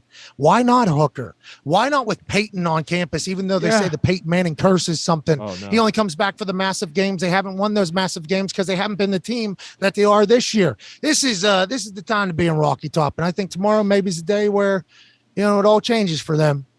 Or maybe tomorrow is a day that is exactly like everybody that I've been talking to says, you know what I mean? Which is, oh no, we just ain't there yet. But I think, Tennessee really built to tomorrow potentially be the thing. You know what I mean, AJ? Oh, absolutely. You're saying the same thing, I think, AJ. Oh, yeah, same thing. But honestly, if Tennessee can find a way to win this game, this turns the whole program around, don't you think? Then now they're back on the map, like where they were with Peyton, I feel like. Yeah, so this is our second time being here. Florida was supposed to be like the check. Is Tennessee a team or are they not a team? And it's like, Florida, here we go. We're doing it. And then they fucking win. Then they win again. And all anybody chants all around college football is, we want Bama. That's literally a chant and everywhere. Yep. I'd assume down here in Tennessee, this used to be called the third Saturday in October back in the day, but it hasn't really been that for a long time. Nick Saban, 15-0 his last 15 against Tennessee. This feels like a we want Bama year and actually wanting them. Let's see where the hell we're at. I think a lot of the Knoxville people are trying to figure that out as well as all of us. It should be a fucking great game, though. 3:30 or whatever. It should be a great game leading into our ESPN2 watch along for the Clemson Florida State game. Let's go. Hell yeah. Oh, yeah. Pat, we can't wait. And we're going to get to this guy right away because, Pat, we have a genuine superstar here on the line. So this guy, all he does is catch bombs, touchdowns everywhere. 8 touchdowns in his last 6 games for one of the best teams in the NFL right now. Ladies and gentlemen, Gabe Davis. Yeah! Baby, I appreciate it. Thanks for having me on the show. What's up, Gabe? So all you do, I guess, is just catch bombs, right? Your 98-yarder seems like something that we never get to see. If I was there in person, man, I don't know if I've ever, this is awesome, an NFL game for this to actually happen. How did it feel to actually connect and score on this one? I mean, first, you got to shout out Dorsey and you got to shout out the O-line being able to give Josh the time, but then Dorsey just having the guts to call that play on the 2-yard line. I mean, that's pretty crazy. But I know when I was running, I was literally talking about this last night. when I was running, I'm just thinking, holy shit, what am I doing right now? Just running this, having a 98-yard touchdown. Am I running gassers right now? Yeah, I get to the sideline, I'm gassed. But it was a great play, and I mean, it was amazing. It was something I feel like I really needed too this season. I seen a report on the internet, which means it could have been a meme or a GIF or anything like that said you have 8 touchdowns in the last 6 games or something like that, and it averages either 40 yards or 60 yards. I don't remember the exact on that. Have you and Josh Allen chatted about that? Is there something that has changed, or you just found a connection in the right plays for you to kind of exploit defenses in a massive way? You are electrifying, Gabe. Is there a conversation you and Josh have, or how's that all start, you think? I mean, I just feel like it's been, us being together for the past 3 years, building that chemistry and building that trust. I know it's something that I'm big on, and I know when the ball's in the air, I got to be able to make it happen. And No 17's got a strong arm, and I feel like that's his favorite thing to do is throw deep balls. So if I can get down there and make it happen for him, it'll continue to keep going. Now, you play the Chiefs this week. Does that change anything for you guys, like your prep? I know it's easy to say, no, it's just another week. It's just another game. This is what we do. But there has to be like an added sense of urgency, I would imagine, around there. Yeah, of course. I mean, in the past 3 years, with the history with us and the Chiefs, going head-to-head, I mean, it's electric. It's big time. And, we're excited for this week. Again, like you said, you got to think of it as it's the biggest week because it's the next week. So, and that's the mindset we try to go into it. Seems like you guys have that mindset, like championship mindset, but all the comments are from the internet. And Gabe, listen, we live in the internet, and there's a lot of upside on the internet. I think we all have experienced the upside. There is some downside though. People are going to take unwarranted shots from places that do not call for the credibility for them to take unwarranted shots. That is the internet.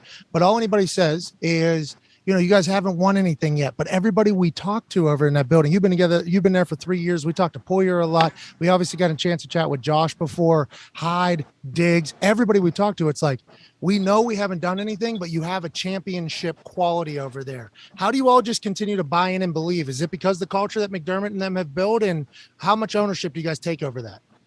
Yeah, I mean, it's the culture that McDermott built. It's the guys we have around from the coaching staff.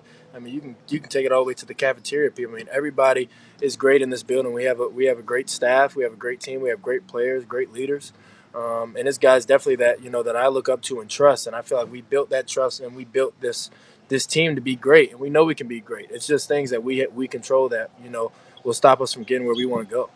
What's it like practicing against that defense, especially like back in training camp when you guys may have done some more ones-on-ones? Like, we see what your D-line can do. We have Vaughn on the show. Vaughn is unbelievable, absolute game record. But the secondary, from like top to bottom, your defense is just first class. I would imagine that kind of it definitely helps you, but also a lot of the young guys too that come into that offense and realize early on, like, okay, this is for real. Like, I got to be good every single day, not just game day. Oh yeah, I mean, to be able to go against such great players. I mean, the competition is like no other, week in and week out. I mean, we're preparing for the game on Sunday, but Monday through Friday, that's the work day, and Sunday, it turns into a party because we're so used to going against the best of the best that we have on our defense. So again, it makes Sunday a lot easier. Pat, hey, do you play cards over there, Gabe? You a card player? I heard you guys play. Yeah, we play Boo-Ray, we play Texas Hold'em. Really? How are you? A good player? You a good player? Boo-Ray, I'd take some people's chains. Texas Hold'em, we just kind of started it out. So I'm actually getting a table and everything for the house. Just bought a 75-inch TV for the room. We getting the whole you got to dedicate some time to that. Yeah. Hey, bringing in a dealer? Bringing in a dealer? Bringing in a dealer, yeah. I got to have put that person on the payroll for sure. Right? Yeah, you definitely got to pay them. Yeah, I mean they can rake. That's right. Ty Schmidt. Gabe, Ty Schmidt has something for you. Diehard football fan, really fan of all sports, actually. Thank you for that tremendous intro, AJ. No problem. Whoa. Gabe, we talked to Stefan, earlier in the season and asked about the offense and how, with Dable leaving, obviously you guys really haven't had any growing pains. You're scoring a bunch of points. You're beating the shit out of teams. And Ken Dorsey was around and heavily involved with the offense last year. But was there any sense of worry or just not knowing how things were going to be different with him sliding in, being the offensive coordinator this year? Or have you guys kind of just hit the ground running with him? No, man. Dorsey, as you guys can see, is a great offensive mind. But also you just look into, his past and what he done when he was at Miami and those things. So, again, you have a quarterback, calling the plays and helping Josh be able to give him the most opportunity to give him plays that he's the most comfortable with. And that's a guy that we can trust, a guy that played the game, played it at a high level, and now is, upstairs calling the shots. Connor, what's up? You have something for Gabe? Yeah, also a massive sports fan. Thank you, AJ. Gabe, Pat does a segment with NFL Films, Big Brain Football, and one of them they highlighted you and Stephon Diggs talking on the sideline of the Rams game. How often does that happen where you guys see something on the field and then kind of utilize that later on in the game when you need a big play? You're talking about Jalen squatting. You're talking about Jalen squatting and looking, and then the go route at the end there. That was an awesome clip, by the way. Need more of that. Yeah, man. I mean, we caught him flat-footed on the backside when 17 was looking the other way. So we kind of made the adjustment and said, and 17 told 14, just keep running no matter what, and that's what he did. And we were able to make that play. But we're always evaluating, even when we're out there running routes and doing the things that we do. Even on run plays, we can figure out some things that we could kind of get open on, and where the openings are at, and be able to adjust and make big plays like we did LA. Does the offense you guys are in, and especially with Josh Allen, how good he is, do you guys have a lot of freedom when you're running routes, like to have option routes where you can sit down, you can break in, break out, depending on the coverage you're getting? I would assume the longer you're there and the better you guys play, the more and more they trust you, and it kind of opens things up. Yeah, of course. We have a lot of plays where we have a lot of options and stuff to be able to run what we want to run. But the best thing is being on the same page. And a lot of the times we make the right decision, and we're both kind of with one mind. I mean, those big posts that I'm able to take, there's also other options I can do as well. How do you get there? How do you get to that point? Because that's not easy to be on the same page as the quarterback and seeing something at the same time when everyone's running 28 miles an hour. Yeah, I mean, it's just constant repetition and learning defenses and knowing where the holes are at, I mean, if you know it's cover two and we have a certain play, we know that we can run a curl, and then Josh knows that once he sees that, he should know that I'm doing that. He should have the trust in me to know that Gabe's going to run the right route here in this certain coverage, and that's what we're able to do. Yeah, it's a sophisticated offense. I got a chance to watch it whenever Peyton and the boys were rolling at the beginning of my career, and it was like I didn't know anything about football at that stage of my life, but I was like lucky to be in a couple conversations, and I was like, I'm gonna figure out how to fucking play offense in the NFL. And then, I would like listen into the things that were being said, and it was like against this one coverage, it could be four different fucking plays out of nowhere. It's like, well, how does anybody stop that? How does anybody learn it, and how does anybody stop it? And it's because the continuity is a big deal for that type of offense, right? Isn't that a huge deal, I think? Oh, yeah, of course. And it's just, again, like I said, I can't harp on the reps that we took to be able to get there. I mean, so many mistakes that happened in practice to be able to get us ready to kind of learn what the route was, how we could run against certain defenses, and then just being on the same page. And that's the chemistry, and that's the confidence, that's the trust that we all have in each other. Do you come out of college like that, Gabe? Like, is that something that you can come out of college and have that, like, instant rapport, or does it take years? I mean, yeah, I did a lot of that too at UCF. The last 2 years I was there, Hypo had us running similar stuff to what we do now. So I was kind of used to running those choice roles. So basically having choices in all my routes. Okay, tell me, I have two questions for you if that's okay, AJ. First of all, I should have done the research here. So you were with Hypo at UCF. Hypo here in Tennessee. I'm sitting on their campus right now because of him, basically, and what they've instituted with Hooker. What is it about his offense you think that makes it so successful in the college level, Gabe? It's fast. Well, I know when I was there, it was a fast offense. I think it's the same shit. Different guys. If it's the same shit, it's a fast offense. You're staying on one side of the football, and literally all your routes, you have options. You have to make a decision based on what you see out there. And if you let the guys play free and do what they want to do, guys are going to get open because that's what we do. So you were literally prepared to be an NFL wide receiver. That's amazing to hear because that doesn't happen in college. I don't think, Gabe. I think that's an anomaly. Yeah. The thing that kind of hurt me was we had really wide splits to help in the run game.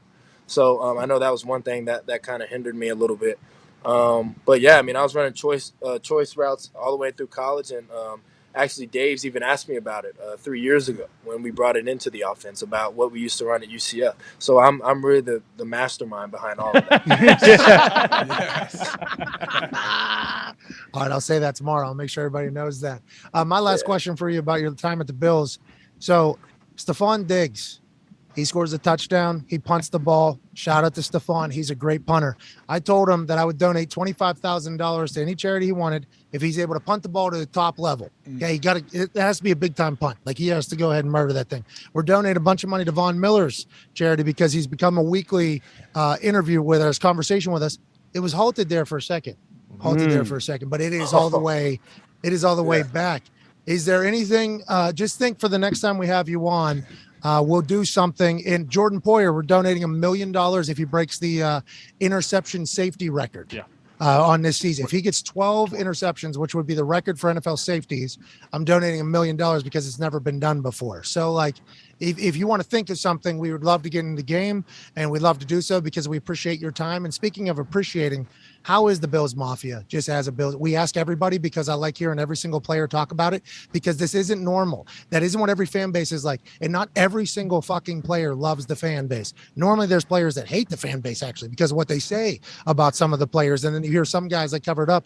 Feels like in Buffalo, team and fan base synonymously love each other. Is that's accurate? And it's because of how much they give. And how do you like the Bildo situation?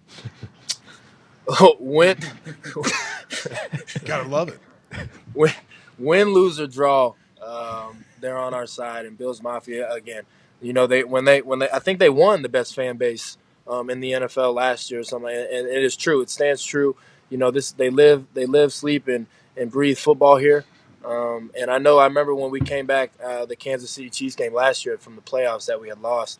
I mean, we pull up on to the airport and we get out. I mean, there's hundreds, probably 1,000 fans out there supporting us and cheering for us getting off that plane. And, that's how much they love us. And they know the time and the effort and the sacrifice that we put into this game. And nothing but love and respect for them out there. Hey, Gabe, last thing here. Hold on, AJ. You get another 85-yard or longer touchdown. Ooh. Okay? As you were giving your answer, I was thinking 85-yard or longer, okay, because it very rarely happens. You're one of the only people that's doing it at this point. We'll give $85,000 to some foundation that you would like to give. Give it to the Gabe Davis bank account foundation. We'll match. We'll match a donation to your bank account and to a foundation. I got it. Yeah, for sure. We can get a foundation for sure. Oh man, hey, don't be scared to punt that one if you get in. Mm-hmm.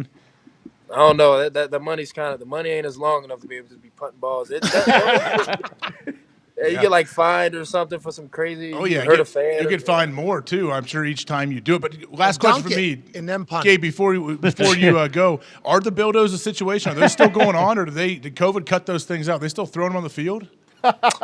I actually wish I would have saw them throw it on the field. I would try to stick it on my helmet. That would have been. That would have been the best. If Diggs punts one and it gets into the stands, then I'm donating $25,000 to his charity. So he's got to pick one up and punt it too. Yeah, I think they do it. What do they do? The Patriots game? I think they always do it. The Patriots game. They always throw and do it. Oh, it's only for a specific. We're getting more information. We're getting more. Yeah, like big old 12-inch. Hell yeah. Double headers probably. Really? Why the Patriots? I don't know. They hate the Patriots. I don't know. Fair enough. All right. We know what, Gabe? We appreciate your time so much, man. Thank you so much for coming on here and being so open and fun and teaching us about your team and your offense. It's just good luck this weekend too, man. It's really fun to watch you play.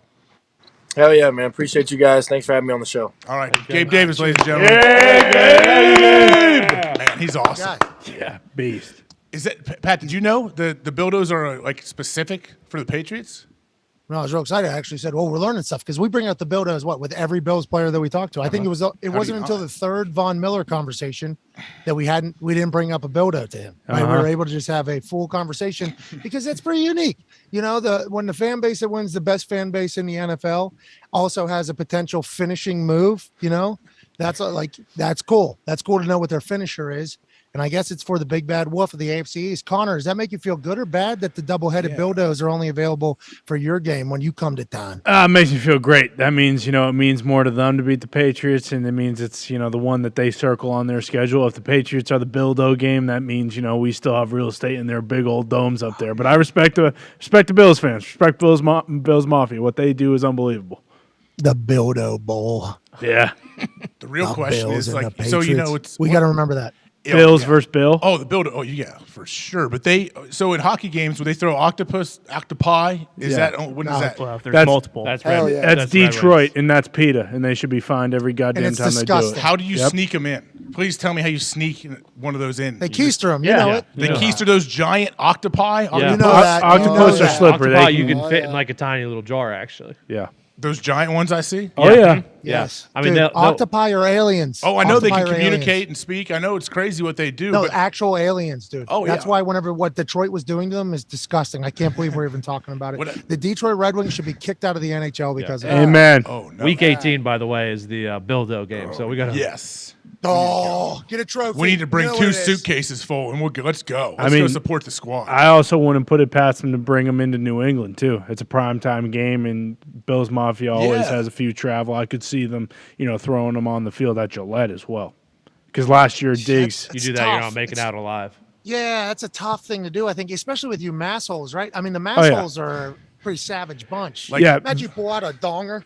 Yeah. Well, you remember, too, when Stephon Diggs scored in New England last year, some fans said S my C, and then they caught Stephon Diggs yelling, shut the fuck up, back up at him. That was a whole Which thing. we love. Yeah, love that. Diggs yeah. loves. Even we I all do. love that type of thing. Yes, exactly. Yeah, I think Patriots fans respect that. You think would a Patriots fan, like all of a sudden a Bills fan, they score a touchdown, the Bills do, and all right, here we go, I'm in Foxborough, pulls the 12-incher doubleheader out of their keister, going to throw it, they wind up, and all of a sudden some Patriots fan snatches it from them right in their backswing. They're going to throw it. Boom. Nope, not so fast. Oh, Down they here, go buddy. for the ball like Von Miller. Yeah, and they strip sack like we're not throwing Bildos on this historic field. You're right. Yeah, I could see that, but it wouldn't end there. I mean, if that happened and a Patriots fan grabbed the Bildo out of the person's hand, he would then beat the shit out of the person. Smacked him across his face a couple times. Is there Probably a attach it more to a degrading Sawzall. way? Oh no. What if you got beat to a pulp and went to the hospital with your own Bildo you brought? I'm sure it's happened. And plus, they'd probably get a badge of honor from Bill's Mafia because they did go in behind enemy lines and try and represent the Mafia as well as they could. I'm happy we got to the bottom of this, though, honestly. Like, we learned something about a tradition from the best fan base in the NFL. Like, what show's doing that? I don't know. It's a good point. Not many. And who started it? We're going to need like Jeremy Fowler to do one of those crying pieces where you go and you find out who started the Bildo, right? And we'll all be in tears by the end. Based on what he said, too, I hope it's not a doubleheader. It needs to have a nutsack on it because I want him to stick that right on the top of his helmet. That would be awesome. He was thinking of the suction one. Yeah, exactly. Exactly. Can't suction a somebody double. tell him. Somebody tweet him and let him know that if he does that, we will also do the 85,000. That's right. That could be a 2-yard touchdown. That could be a 10-yard Can you touchdown. imagine though if he's sprinted over to the big old, he sees the suction cup balls, and he's like, "Oh my, this is my time! Yes! I'm gonna send so many kids to college with this now." And then he just suctions that right to his helmet, and it's flopping around. Sticks his head down. He's trying to poke his buddies on the team. Plays the rest of the game with it. Can't get it off. He tries to keep it on the rest of the game. They're pouring hot water trying to get the suction off his helmet. Hey, we manifest stuff on the show, don't we? True. We haven't been able to manifest a super boost, but all those things in my head here, I'm imagining. No, he said it. He's the one that said he wants to stick it to his helmet. Like he was game, man. That's awesome. Good for him. As that happens, we're gonna get an email from the NFL From Raj. Hey, love what you do. Love the program. I think is what you call it. Program. Spell it out. Right. Handwritten. This would be handwritten. Yeah, Grom. If we could not just be like enticing people to throw sexual toys onto the football field and then incentivizing And making it to charity. Making it to charity too. So people are like, well, I got to do it now. Yeah. Right? For good. make people feel bad. Yeah. Make us feel bad for having to tell you don't do that. Like, don't do that anymore. Imagine if that's Raj has that's got what was bigger running through my problems. head. Raj does What's have. that? Raj has got bigger problems. Yeah, he's got. Hey, Jerry Snyder. talked about it. I guess I was just reading. Literally, I saw your guys' text come through in the group there while we are talking to Gabe, and I think we should be big fans of Gabe Davis. We should all be very happy with Gabe Davis's success. Yes. I fucking love that guy. 100%. And he gave me some information here for tomorrow where I'm gonna sound like a whiz. Yeah. I mean, I'm gonna sound. You got option routes in college level. I mean, that's problematic for anybody. Even if Nick Saban taught defense or whatever. But Jerry Jones, I think, addressed the whole Snyder thing. I don't know if you saw this, AJ. I assume they can be able to pull this up. Yeah. Go ahead, AJ, read that thing because it's pretty blurry. Yeah, so this is from John Machada, right? At John Machada. Jerry Jones on 105.3 The Fan on ESPN's Dan Snyder story. I don't have anything to say about it other than I don't know where people got the supposed resource from me. What is this all worded? Anything in that was news to me. If anybody wants to put something in my car or listen on the phone, get in line. Talking about being bugged? So what are we doing? What exactly does that mean? I think he means, I don't know what the fuck he's talking about, but anybody wants to wire me, go ahead and wire me. I'm assuming people have bugged my car before. I'm a bazillionaire who talks shit to people. There's people probably tracking me all the time, if I had to guess. Is that what Jerry's saying, you think? Yeah. AJ, or do you... I guess he's probably saying what he's probably said everybody's been coming after me for 60 years, bud. Grab a ticket, get in line. Who cares? I'm okay. There's been photos that have been leaked. What do you think? I still own the fucking team. I'm Jerry Jones. I do now. Hey, get in line if you want to follow me and find some dirt, pal. Like, I think that is what he was saying. It could be, just trying to deflect it. Obviously, you're trying to do that at all times, but I just ESPN, right? I mean, pretty credible. Oh yeah, journalism. I'd say definitely legitimate. I would say so. Yeah, and they know though they don't want to be sued, so they have to have something behind all of it, right? They have great connections, right? Whenever you're paying billions of dollars for live rights for a league, let's assume you have connections in said league. I think that is something we can all agree upon, whether people enjoy other shit or not. Like, we can all agree upon them probably having connections, them probably thinking that they have to be actual real world journalists in the sport. That's what they went to school for. So they have to have actual sources and everything. That whole thing was pretty okay, this confirms what all of us think who are in a level of life that have a friend around us that are just like, oh, that's bullshit. So, how's Dan Snyder not get voted out after all of the shit? He was really the only smear on the NFL there for a bit that was coming from within. Oh, yeah. He was really the only enemy within the camp. The NFL was always tight-knit. Now they get bombarded, concussions and everything you do in the community and people getting arrested and boom, boom, boom. That's going to come, but never from within. Never from within. He's always seemed to be that person. So it's we've all wondered why and how he's remained the owner of a massive city's very powerful franchises team with all the shit that's been going on. And everybody that has ever had that convo about football and had a friend, everybody goes, oh, they got photos. He's got photos on people. People say that about everything. Yep. Anybody that they think does not deserve to be in the position that they're in. Blackmailed their way to the top. Boom, they must have done something like that is coming out. Not everybody's mouth. I'm not saying everybody thinks that, but we all have a friend, if we have a conversation about that person, who might say that if they're a negative person about it. So whenever ESPN writes an article with a top senior former executive of the program, so let's assume senior executive knows the Commanders operation pretty well, has probably talked to Snyder, and ESPN's reporting that's who it is, even though the person's anonymous. I'm assuming Snyder is sitting on his yacht trying to go, which motherfucker did that? Last night he was probably trying to figure out who the senior executive was that was on the record. So they can't lie about who he is. That'd be false and slander, and the integrity of journalism wouldn't be there. So somebody saying all the stuff that we're saying is yeah, it makes sense. And then the owner is we all hate this guy. Well, why would you all hate that guy? Well, because you can't get rid of him. So it just seems like there has to be something. And who knows what it is, what magnitude it is. But when you're doing business with somebody that long, and if you're the type of person that would potentially try to fuck people over, which as appears Snyder has demonstrated in the past, it would make sense. And I wonder who's all sitting on eggshells, you know what I mean, over there at the NFL thing, thinking about it all. Do you think Dan Snyder, obviously he didn't want the story out, but he's probably not too upset that these people may be scared a little bit of some info he has, right? You ever see V for Vendetta? I actually never did. Is that the great mask? movie? Yeah. Mask in that? Mm-hmm. I don't think I have. It's a great movie. The girl in there, though, okay, it's basically about the government shutting down a country, everybody being forced to stay inside. There's Are you serious? Yeah, curfews and shit. Really? What do you think about this movie? Does Diggs like this movie? No, it's a good movie. I love this movie. It's good. As I was starting to think about what it was, I was starting to piece together, because the reason why you like the movie is because you could see it potentially happening in the world that we're in, with government control and government reach and everything like that, and media, and it's a pretty well put together. Anyways, a citizen, a lady, I forget her exact name, although I should remember it.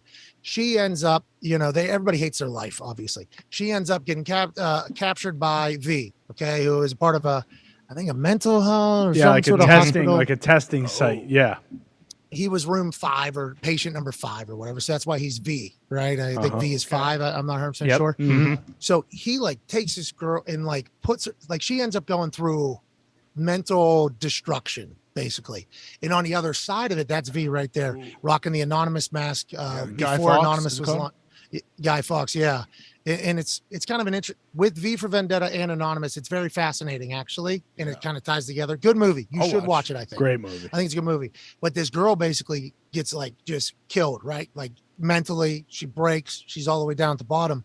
Once you're broken, like I don't think you're scared of anything. Like Dan Snyder has been completely ruined by everybody, right?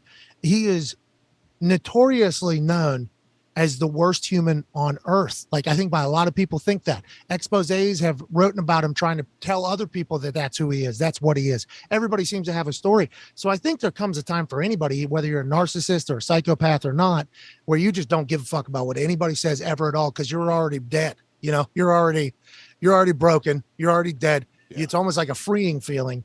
And I wonder if Dan Snyder has that because he don't give a fuck. I don't think he cares about anything. House Oversight Committee wants to talk to me. Fuck, I don't care. Fuck you. It's like he literally just doesn't. There's no worries at all. He's showing up at Jerry World when there's a thing going to come out about Jerry and him. Like it's like the guy doesn't get, he's free, I think, because he doesn't give a fuck about anything at all. And I'm not saying that's a good thing. I'm just saying it feels like that's the case. Yeah, and when all that first stuff came out, too, everyone thought, like, oh, okay, he'll sell his shares, and then, because they had a jointly owned team, but instead he bought everyone else's shares so he could have 100% ownership, and now it feels like he knows that they can't get rid of him because of what they might fear will come out after.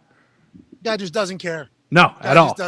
Hey, listen, what I'm else can the they do worst to guy me? of all time. Is that what he's saying? Hey, what else can they do to me? Like, I guess they exactly, unless he has like pictures of himself he doesn't want out there, maybe, but he probably doesn't even care about that if that's true. Yeah, he's like, people already assume I'm the worst human of all time, the worst billionaire of all time. I'm stealing from my partners. My workplace is disgusting. Okay, I'm never going to change their minds. Yeah, Fuck it's true. Still making money. He knows whatever he does, like the damage is already done. He can't Yeah. He might be able to make some kind of comeback, right? But he can't really change how everybody feels about him.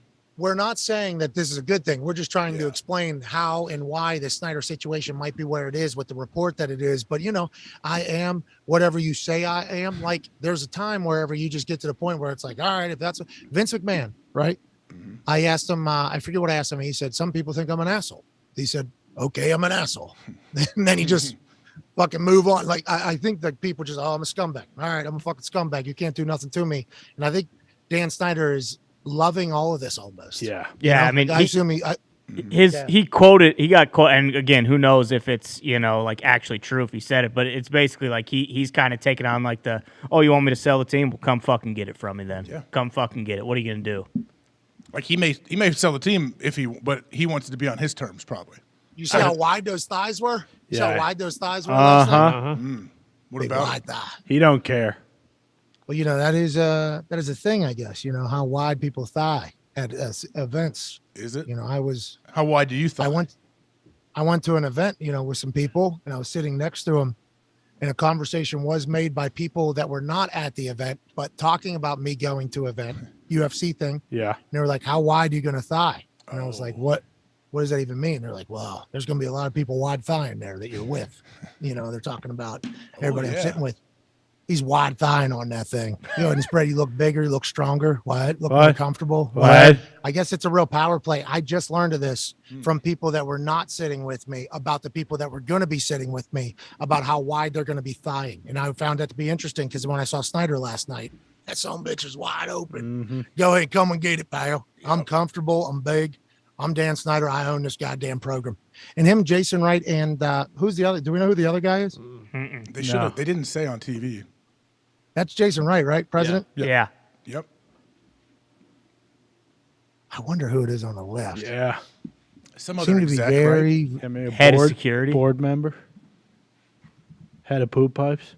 What are they talking about there too? Do I make a Twitter account right now and then tweet out every picture that I have? Yeah. Make a Is post. that- like what is the conversation happening? You know, like I do. What is Snyder's day-to-day like right now? Oh my goodness. He's in war, right? All the time. Yeah. So like, what is his day-to-day? You I think he always sleeps wonder ever? that. Don't you ever wonder? I always wonder. Okay, when they wake up, what does their day look like? How does it start? Like, does he? I don't know. I really do. I'm curious. They go to war. Oh, Pat. I'm not saying it. Yeah, buddy. I didn't want to. What did you think about Ron Rivera pretending like we made up that he said quarterback was the problem? No. He was mad about people saying Snyder picked Carson, not Ron Rivera. Because I think he didn't want to, do the same thing he said the other day, which was our quarterback fucking sucks. I think he didn't want to do that again. So he oversold it, right, AJ? Classic oversell. That's just classic oversell. Trying to rally the team, too. I feel like he can get the team to help get behind him and like us against the media, us against whoever. Also, I'm not doing this every single week. And he jumped off. Did you see him jump off the stage, man? He looked good. That's what I'm saying, though. I think that, yes, he did look good. He looked very passionate and emotional. But I think it also says, no, I'm not doing this we're not doing this. Because I said one thing on a Monday in week 5 before week 6, I'm not doing this every single week. So I think he felt like he probably had to go all the way. Yeah. Hammer it home. Yeah. Big win. Didn't look like he was happy about it, but they fucking won a game. Let's go and get it. Huge win. With that being said, Pat, let's get to our picks, bud. We got to do our picks here before you have to get off that game day set, and they actually got to – I know guys are doing remote interviews all day from there, aren't they? Yeah, but it's a lively set here. They got a full show about to pop off here in about an hour and a half, I think. I'm lucky to be here. Let's dive in, shall we? Okay, here we go. Tampa Bay is traveling to Pittsburgh to play the old Steelers, and the Steelers are 6.5-point dogs at home. What do you have here, man? 8.5. 8.5 dogs. So it feels like you're supposed to pick the Buccaneers because how bad the Steelers looked last week when Gabe Davis went banana land. So with that being said, giving the Steelers plus 8.5 at home. And when that fourth quarter starts, oh, mama,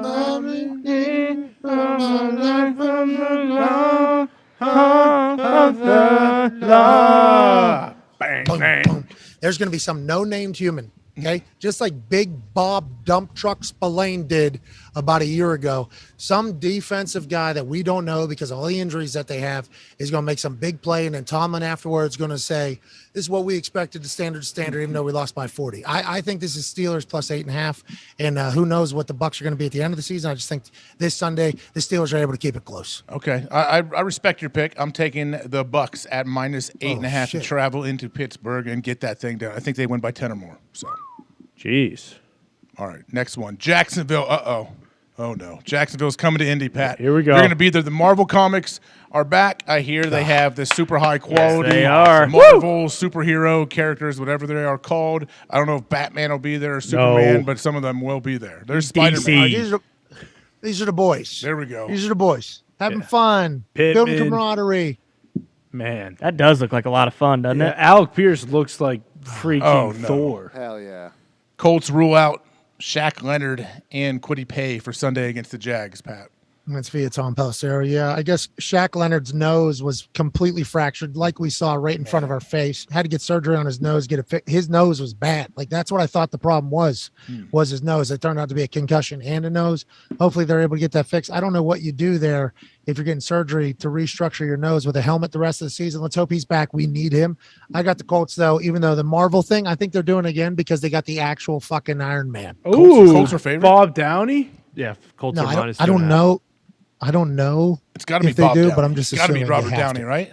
Or There's no way they roll those fucking New York Times Square Marvel people back out onto that field in front of 70,000 people. Okay, There's we'll no see. way. Keep your eyes peeled. I hope they do, but why hasn't Irsay, dug into his bag of tricks and got like Slash to come out and play the Marvel theme song? That'd be sweet.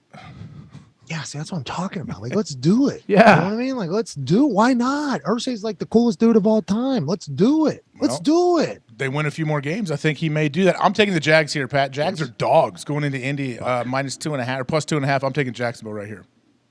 Okay, give me the Saints in that next one. I like the Saints just strictly because who knows? Yeah. The Bengals, have they protected Joey Burrow? It appears as if they have.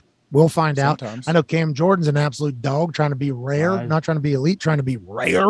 Right. I like that Saints team all of a sudden, especially with Taysom Hill finding his way. Even though I still like the Bengals as a football team as a whole, I like the Saints in this particular matchup. Jameis, I believe, is playing. He practiced the last 2 days as well. But even if he's not, Andy Dalton revenge game. Oh, you're right. Hell yeah. Big. Okay, I'm taking the Bengals here. Minus 1.5. Plus 1.5 Bengals. Minus 1.5. Still do it. I got the Bengals. Their next one, Jets traveling to Green Bay to play the Packers. 7.5 point favorites, Green Bay. I don't care. What about Give me Green Bay. Give me Aaron. Yeah. Everybody loves the Jets. They're over a touchdown underdog still. That means the sports books are saying, wade lightly. I'd take Give me Green the Bay Packers, here I too. think. Give me the Packers minus 7.5. I for believe sure. LaFleur and Aaron are 10-0 against the spread and straight up after a loss. I could be wrong, but I think that's That is correct. Okay. Look for big dog over yards. Oh, yeah, we need to put one of those together. Okay, New England travel to Cleveland to play the Browns. New England's what, 2.5-point dogs or favorites? Dogs. No Dogs. Denzel Ward or Clowney for Cleveland. No Damian Oh. Harris for New England. Mac Okay. Jones has not yet been announced if he's playing or not. He's not playing. Give me the Browns. Chubb's got 100 yards in every single game. He's the only guy in the NFL that has that. Remember last year there was times where we'd be like, why aren't they giving the ball to Chubb? They're giving him now. Jacoby Brissett's a good leader, I think, in that Browns team at home with Brownie the Elf stomping, big stepping. Give me the Browns minus 2.5. No offense, Connor. You've been calling for a new quarterback already. No, it's okay. I understand that. But to be fair, Bill Belichick, you know that Nick Saban thing that you reposted on Saturday after the Texas A&M win? Bill Belichick basically has been doing that for the Patriots social, and he actually broke down a couple Nick Chubb runs. So I would maybe think about going and watching that and then taking the Patriots because it does seem as though Bill is just going to figure it out. He's going to put 10 in the box and then make Jacoby Brissett play him because he knows Brissett too. Started in New England. Jacoby's a much different Jacoby now. Okay. True. He's been at 4 different places. Older and slower. Con, you know what? I think you may have influenced me. I was thinking of going Browns. I'm taking the Patriots here at plus 2.5. Love it. I like it. I just think you're right. He's going to force the Browns into make mistakes to beat themselves, which is kind of what they have done this year already. Yeah, exactly. And they'll probably give it to Mondre Stevenson 45 times. Okay, good. Like that. What's the next one we have up here? Vikings traveling to Miami to take on the Dolphins. Is Tua playing? I heard he's up and moving and throwing around, though, right? Yeah, maybe next week, not this week. Are people still going to be up in arms if he plays next week? And like, Probably. Yes, 100%. All right. I hope he feels Is it all worth it? They're going to say, is it worth it for him to make a grotesque amount of money for his family and future generations to play something he's very good at? I think it is. Yeah, to do it what is worth it. what What he about his loves. brain? He's making the decision. He's an adult. Let him work it. Let him Have work they come back and said what that Bills one? Has anybody come back and said, yes, he definitely had a concussion? Has Tua talked about that first one yet? No, they kind of just swept that under the rug after the Thursday Night Football one. We fired the UNC. Yep. The unaffiliated trauma consultant. Yeah. Also, no roughing the passer on that play. Cannot emphasize that enough. I think shouldn't have been either. All right, Vikings are what? Not on my watch. Vikings 3-point favorites. Yeah. Okay. Seems like that should be more, right? Kind of scares you. Who's the starting quarterback for the Dolphins? Skylar Thompson. Yeah, not Teddy. That's a tough one. I got Vikings here, Pat, minus 3. Me too. And give me the Giants in that next one, pal. Oh, Giants, Ravens, minus 6. The Ravens are favorite. You know what? I'll take the Ravens here. I got to do it. I like this game. I think that's going to be a fun game to watch. Wink revenge game. They need to. Yes, Wink is about to go bananas, but there's only one Lamar, and Wink knows that. They should have paid Lamar. Yep. Yeah, think? The longer into this thing, I just keep thinking of it. Like, not that Lamar would ever not be committed fully to a team, because I think Lamar's a great teammate and everything like that. But like, you pay Lamar, like maybe a play where he wouldn't, go out of bounds, he fucking cuts that thing back and goes for like. You know what I mean? I honestly think that am I overthinking this? No, I don't think so. In the back of his mind, he has to know, like, hey, I'm all in on this franchise, this place. I don't know if they're all in on me. They seem like they are, but the fact that they haven't paid me yet, he has to feel something. It feels like That's too, and that could affect him on the field. I think, Connor. Sorry about that. I think it could affect the decision making and playmaking ability on the field. Connor, your thoughts? Yeah, absolutely. It feels like before we were talking about like the Watson deal, something like that, and now it feels like, oh no, he's going to get the Mahomes like 10-year, $500 million because of how good he's played. Yeah, it's just I don't know that, and I'm not saying that's from Lamar. I don't know anybody in Lamar's camp. That's not the way he feels. This is just me. With the way he plays, me trying to put myself into Lamar's footstep, which even like subconsciously it could be happening a couple times here or there. He's not trying, like he's not actively thinking about it. I don't think, and he's handled it as well as he could too. And we've watched a lot of terrible quarterbacks on Thursday Night Football. That's a good point. Yeah, that's a good point, Evie. Yeah. Paid a lot of money. Those guys. Yeah. Oh yeah. Jeez. Niners Falcons. Pat. Niners at Falcons. Niners are what? 5.5. 5.5 point favorites against the Falcons. Man, Artie Smith. He's pretty upset still, I would imagine, over what happened with Grady Jarrett there and Tom Brady. What do you think here, Pat? So the Niners stayed on the East Coast. They were with the Panthers. And then they stayed, and they just been living in a hotel all week. So I don't know if that's good or bad, but I think it's probably a good team building experience. I like Artie Smith in them, but I think if I learned anything from in the trenches, it's like they got a good run scheme, but you know who the granddaddy of good run schemes is? The Niners. This feels like this is going to be a big brain versus big brain, and I like the Niners to kind of, after a bowl week almost in the middle of the season, to really rally together even more than they ever have in the past with Jimmy G, you know, like that. They have to be around each other when they're all in hotels. Jimmy wasn't there for training camp. I think that's good for the Niners. I like the Niners here, even though I'm still a fan of the Falcons. Yeah, and the Niners did lose a few guys on defense, but they definitely still. I think Bosa was practicing. I just Bosa's practicing. Yep. Yeah, he's practicing. That's all that matters to me. Yeah. Okay, D'Amico's good. bringing the heat anyway. It don't matter who's in. Now it helps, but I think with D'Amico, they're bringing it regardless, right? Yeah. Fred Warner's still there, and Troy Polamalu 2.0. Hell yeah. Yeah, D'Amico Ryan's probably on the fast track to become a head coach soon, I would believe. I'll take the Niners here as well. I like what they're doing. All right, Carolina goes to L.A. to take on the Rams, and Carolina are 10-point dogs. Is that real? P.J. Walker is playing. Yep. Baker. I like P.J., man. P.J. can play. Me too. I like PJ. 10 too. points is a I lot. like PJ. 10's a lot, huh?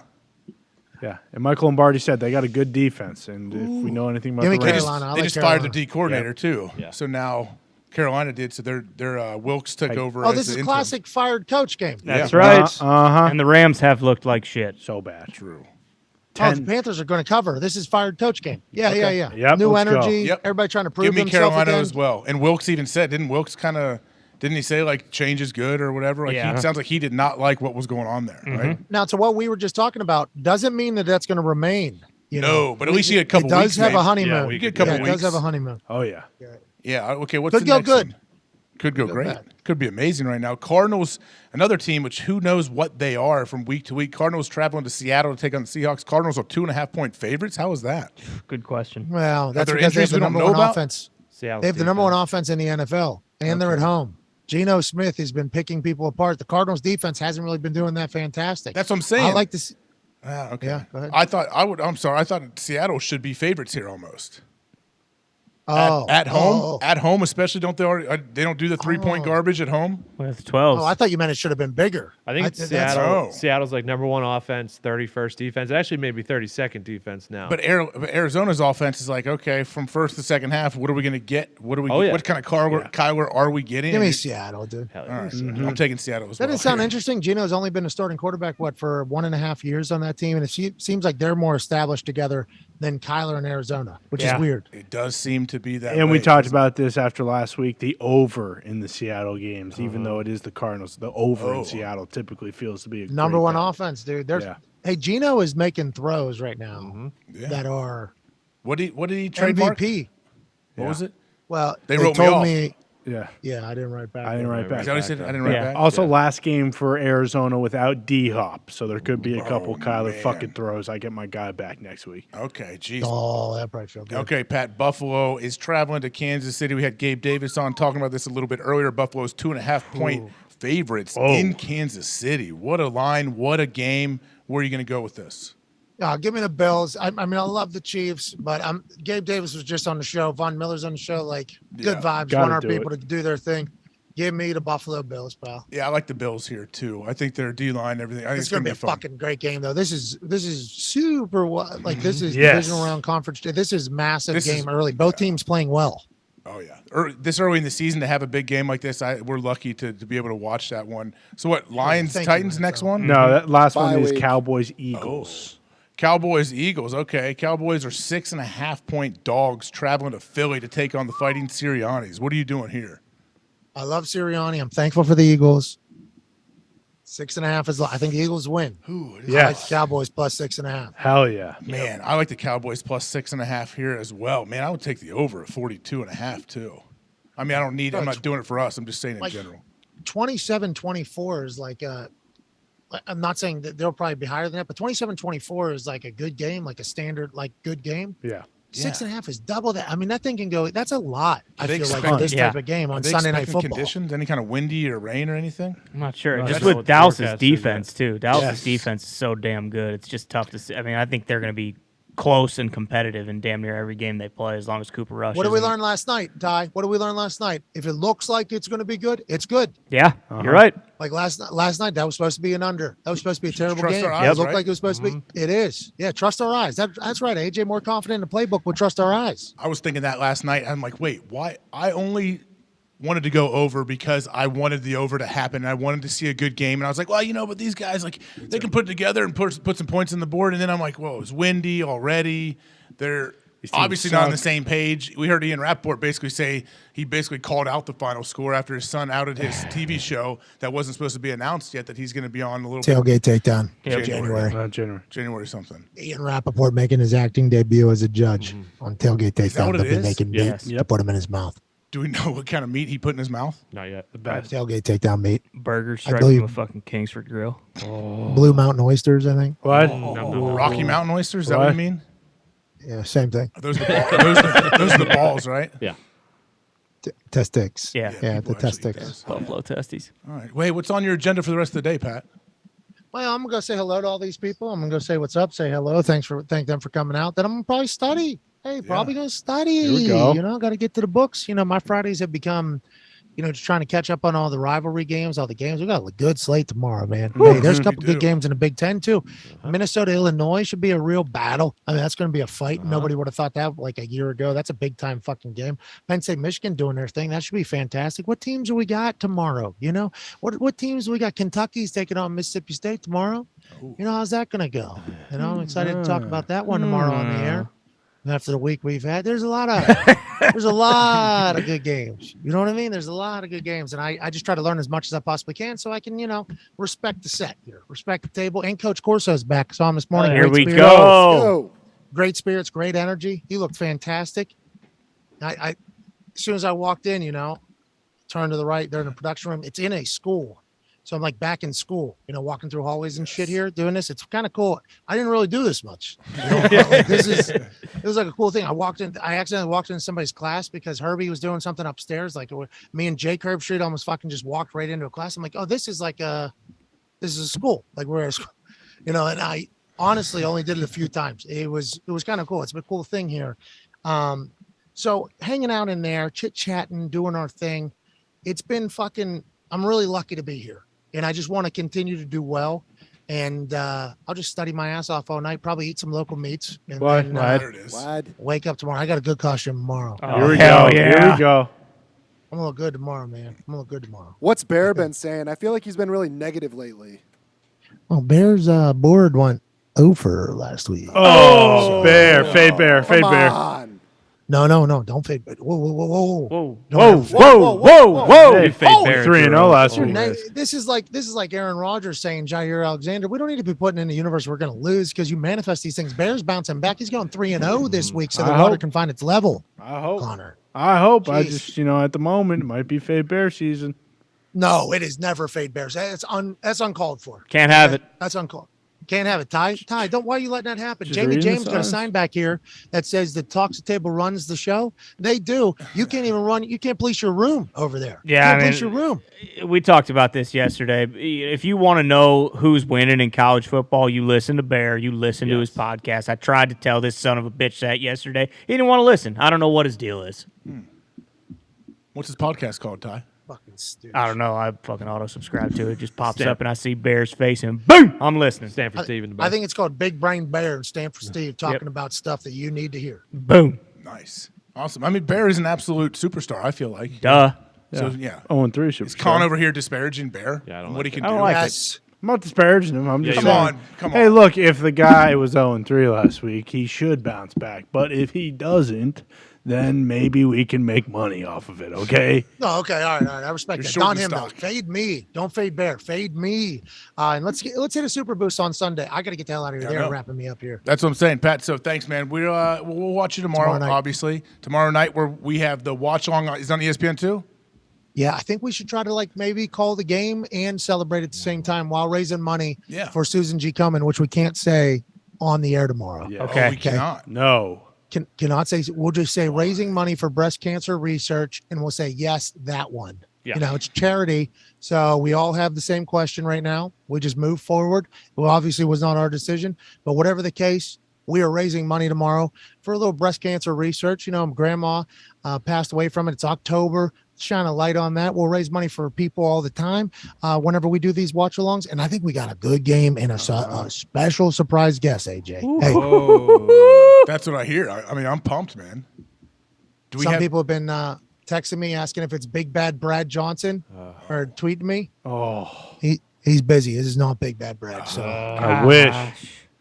Is it Bert Kreischer? Bert Kreischer went to Florida State. Whoa. Surprise. Easy. All right. Hey, my bad. He's probably on tour anyway.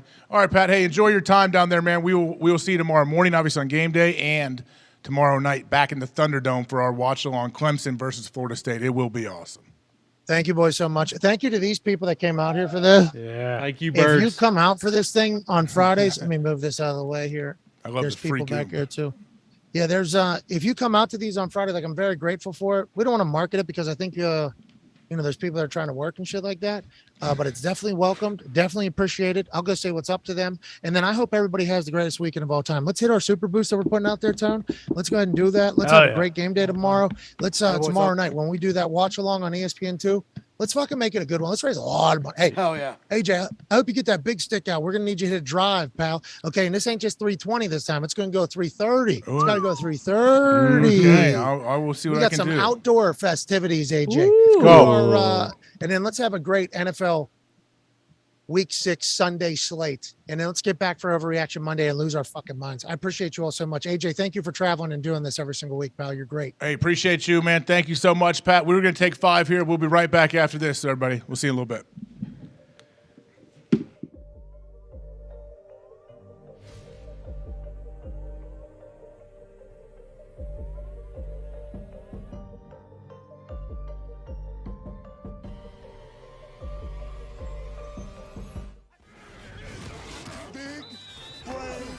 Football. Breaking news. The Kansas City Chiefs are really fucking good at football. Kelsey over the middle, length to the end zone, touchdown, Kansas City. Big reason for that? A lot of big brains running around in Chiefs jerseys on Sunday. What? Monday? What? Thursday? What? In America? What? In England? What? No matter where they play, they have high IQ. It's a beautiful thing to watch. I hit him with the bing bing, and I just go. Just go. Yeah. His eyes were in the backfield. As soon as I hit the 1-2, I was out of there. I knew I had nothing in the middle. The middle was wide open because of Sky Moore, rookie, and MVS Marquez Valdez-Scantling. Clear out in a post to occupy the safeties, and Travis Kelce's able to waltz right in for his 72nd NFL touchdown. Bravo, Travis Kelce, and thanks for the big brain football by MVS and Sky Moore. Who's backside? Glad that was you? Yeah. Were you backside? Good. Baby, way to clear that. Who was that backside post? Scott. Huh? I think it's Scott. Scott? That went too full. Hey, Scott.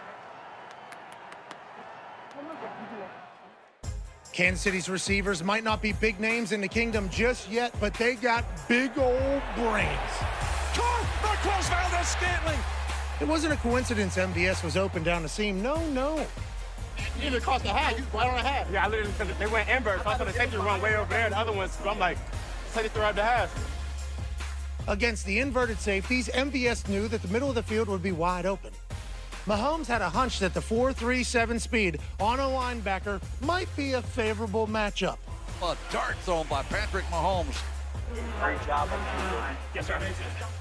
One of the problems sometimes when you try and disguise coverages and drop somebody back late, you can zip somebody right past it. And it's exactly what happened with Marquez Valdez-Scantling. A safety pressure, immediate invert. That's what it means every time. Knowing coverages and how to beat them, that's smart football. But what Mahomes did on his second touchdown pass was a work of wizardry in the art of football IQ. At the 2, they fake the trap. Now Mahomes scrambling to his right, holding it, gets off the hit, now lunging forward, and now fires it late, caught at the back of the end zone. Clyde Edwards-Helaire, Mahomes with the touchdown pass. Absolute banana land. Dude takes a snap, scrambles around for 7 seconds, which is almost a full bull ride, okay? Almost full bull ride, spins, throws a touchdown, all the while remembering that they snapped the ball on the 2-yard line, and he cannot cross that line and still throw a football. Yo, I'm close. You got it. As long as you're there, you're good. Let's go. You get out of the pocket. Great. You make one of the league's best linebackers miss. Even better. But to stay behind the line of scrimmage so you can throw a touchdown, that's some big brain football. I had to make up for it. I had to make up for it. I had to make up for it. I had to make up for that miss, baby. 2 plays before, wide open touchdown. Patrick says, you know what, too easy. Let's make things a little bit more difficult. I'm gonna miss this pass, be upset about it, but then I'm gonna make magic. I was able to use my speed to get a little bit of speed to get around the edge there. I was gonna run for it and they kind of flew around and I realized I wasn't gonna make it and I saw Clyde and so I just kind of flicked it up to him. It's the line of scrimmage aspect of knowing that he's not going to throw the ball, past the line of scrimmage, and Pat is good, but kind of sensing where he is. Stop, and now he's going to find the receiver. Stop it. Stop it. The NFL hasn't seen anything like Pat Mahomes, I promise you that. And you saw it today. He's the Houdini of our era, man. That's big brain football. Y'all saw that? I know y'all saw that. That's right. That's something you do on Mac. I love this Kansas City Chiefs team. I love how smart they are. I love how innovative they are. I love how creative they are. They had a tight end take a snap under center while Patrick Mahomes was having a little thespian acting job to distract everybody. Now a direct snap, and the Chiefs trying to shove forward, touchdown! The Chiefs are athletic. The Chiefs are fast. The Chiefs are magical. Andy Reid has a big brain and a beautiful mustache, but most importantly, they have a lot of guys that master the art of big brain football. Saturday night, our megacast, ESPN2, Clemson, Florida State, 7:30. We'll be live in the FanDuel Thunderdome. In theory, we can set up some incredible trick shots. In theory. Outside the Thunderdome. In theory, we'll be able to do that. That's what I'm talking about. Now, will we be able to execute it? DVD. Time will Gotta find out. We have, I think, a special guest coming that is worthy of watching for. Oh, in person. I think so. It's going down in DMs right now. I've not gotten an official answer, but the way Chris that, Angel? Oh. No, he's got shows on Saturday. There's no way he's going to be able. He's got a sold-out theater. You can take Chris Angel off the list. But he might just appear. You never know. He's a magician. In theory, wires have been connected to pull off what we're looking to pull off. Worth a watch. Hey, What? let's go. This show fucking stinks, and the fact that you listen, we are very, very thankful for it. AJ, never cease to amaze me with your toxicity, pal. You got a couple of these? God damn it! What the fuck are you doing? Fuck Boston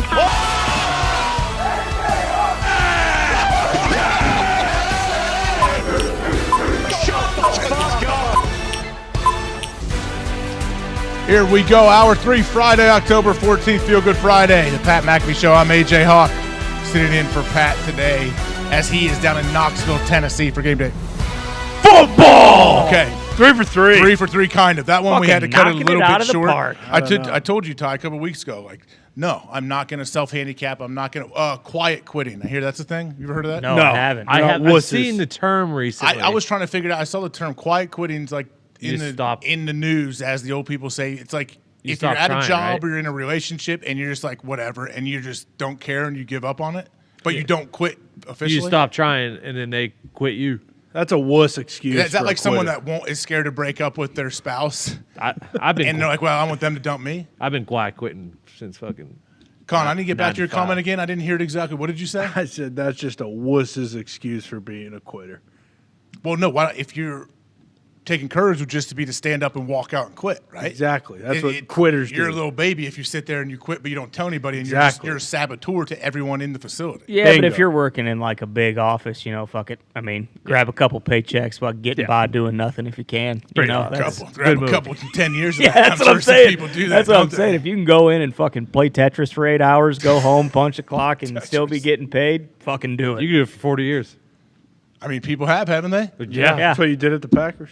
Just punching in, you just walk in, boom, do the bare minimum. There are people that do the bare minimum. That's true in every single profession, I think. Yeah, and absolutely. In the professional sports world, that does happen, but those guys are usually the biggest freaks, and they can get by not doing it. And then eventually, it kind of Father time comes, and like, all right, either this person's going to turn it on and realize how to be a pro, or they're going to be out of the league. You know what they say about Father Time? What? He's undefeated. I've never Father Time. Why are you saying it's a male? You can't misgender it. Well, because that's actually called Father Time. What if it's Mother Time? No, why do you think they call it a grandfather clock? Do they call it that? I don't know. Maybe you're they, not my they. It's don't. Father Time and Mother Nature. Okay. No, that's old school. Santa Like Claus. that's like. And you old probably man, can't even do that anymore. And Old Man Winter. Okay. Yeah. You Winter ever is heard of definitely not a man. You ever heard of a grandmother clock? No, No, you haven't. I haven't. It's a grandfather clock. I do have a grandmother clock. No, you don't. Yeah. It's called the grandfather Does clock. does a bird pop out of it? Does that have boobs? Boom. Typical masculine. What do you call it? I don't know. Some kind of Toxic masculinity. Toxic masculinity. I didn't say that. Zeke said that. Spewing from Con Man. I didn't say it. Zeke's asking me if a clock has breast on him. No, this isn't Sweet Blake trying to jam things in the USB or the mini USB, as Nick Ronaldo tried to say, right? I don't know, Jabba. Sorry, don't want to keep bringing you into that. Yeah, what the hell was that How about? is Jabba doing? Jabba's good. He's sleeping on the job. There's Blake. Hey, what's up, sir? Jabba's a little shy today because you're in here and he doesn't want to get hurt. That's all right. I can't wait when Jabba's freewheeling with just its own wheels. Just sliding, just pops into Con's apartment downtown. Yeah. Hello, Connor. That'd be cool. I'd be down for that. I'd have a beer with Jabba and hang out. I just don't think that's going to happen. Oh, there he goes. Oh. He heard you. Uh-oh. He's coming closer Oh, to you. my goodness. Look at this. Yeah. That thing had to be like $500,000. No idea. Probably about it. Maybe more. But that's the Jabba price. I mean, you pay for Jabba, you get Jabba. Who else Jabba has delivers. a Jabba? Do you know who else? Like, does anybody Nobody. have a Jabba? You familiar with Peloton. fucking Steve Peloton. Spielberg? Yeah. Peloton, like in the instructors. Yes. George Lucas. In their Another studio, they huge have it. director, right? Yeah. Did he do anything but the Star Wars situation? Yeah, he's done a few things. He did. What else did he do then, Ty? Don't give me that look. You ever heard of American Graffiti? Boom. Yeah, 75 years ago. Yeah, it was a long time I have heard ago. of it. I haven't seen it. My dad watched it when he was in middle By the school. way, Great now movie. that we're on the film, Dad's 65. rest in peace to Grimley. Who? Fucking, first of all, Tony. Who? Tony. Wilford Brimley and No. diabetes? No, Hagrid died. Who? From Harry Potter, Hagrid. Is that a Call him character? Grimley? Is that a character in the show? Yeah, it's a movie, Yeah. Harry Potter. The guy who says, "You're a wizard, Harry." Oh, the actual human died. Yes. Oh, yeah, that guy. Robbie Coltrane. Oh, not yeah. him. I thought the other guy that looks really old died. Who's that, That was a Dumbledore? while ago. That's not Gimli. Tony, Robbie Coltrane. you That need to dude's watch your 72. mouth. He does not look 72 at all in that He was right also picture. a Bond villain, I'm He- pretty sure. Not Wasn't quite a a villain, villain, but- but yeah, Bond Pierce character. Brosnan does dump him into like a vat of caviar in one of the Bond movies. To make sure we stay in the sports realm, what do you think his favorite NFL team was? Oh, he was a Bears. He's big- English, you dipshit. I know He's he- a fucking okay. See, come on. He's a Manchester United supporter. He's allowed to like an NFL team as Probably well. like the Jags because they came over so Yeah. much. I could also see him being a big fan of the Rex Ryan Jets as well. Oh, why is that? I don't know. He Just looks seems like a Rex Jets Ryan guy. Yeah. The best is Rex really wants another head coaching gig, doesn't he? Like, hasn't he said on the show, like, I'm just waiting for somebody to give me Kind that call, of, but right? does he though? He doesn't, but you know if they called him, he would absolutely entertain it. Call his brother Rob. Hey, Rob, you ready to be a D coordinator again, Well, bud? Rob's working where? Rob's in Vegas, I think. Yeah. Right now. Yeah. Is he with the Vegas team? I think so. The Vipers, yeah. And also, Oh, he's not in the NFL. No, he's with the. He's with the Oh, he's Raiders. with the Raiders? Yeah, Oh, Rob's okay. a highly, highly respected coach around the league. Okay, yeah, I thought he was with the Vipers. Even Isn't he it can hard, still be though? the Vipers and be fine. Yeah, but like if you're Rex Ryan, don't you kind of he said he's only coming back to be a head coach, and when you're out of coaching, don't you have to come back and kind of be a coordinator before you get that? You got to do head the coach big again? Mike move. Not at Rex's age though, and Rex's stature he has. Like people know What is that? Rex. He's- yeah, but I no mean, one's- no. I mean, people know Rex as a personality, as a person, a big name person you could bring in. You can't bring in some old dude that doesn't really have high profile. Rex has always been a high profile guy, whether Sure. people like him or not. I think that dude all it takes is one owner or one GM. It's like, hey man, this guy brings some juice. Let's bring him in. Carolina. Tepper, yeah. Oh man, that would be Pack sweet. your bags, Playing that Rex. foot lover. They're going offense. You think? for sure. Bring a great O coordinator with you. That's all you got to do. That's what a head coach in the NFL does. Well, Todd Haley. There's not a lot of those out there. Where's he? He's the Vegas Vikings. USFL. No, he's USFL. He's down in Florida. Okay, so I'll get it eventually. I've said this Tampa 25 times. Tampa Tornadoes. I continue to ask you guys this. The XFL and USFL are going to go head-to-head against each other at the same time? I think USFL's after XFL. Yes. XFL starts in February. USFL starts in April. More of summer.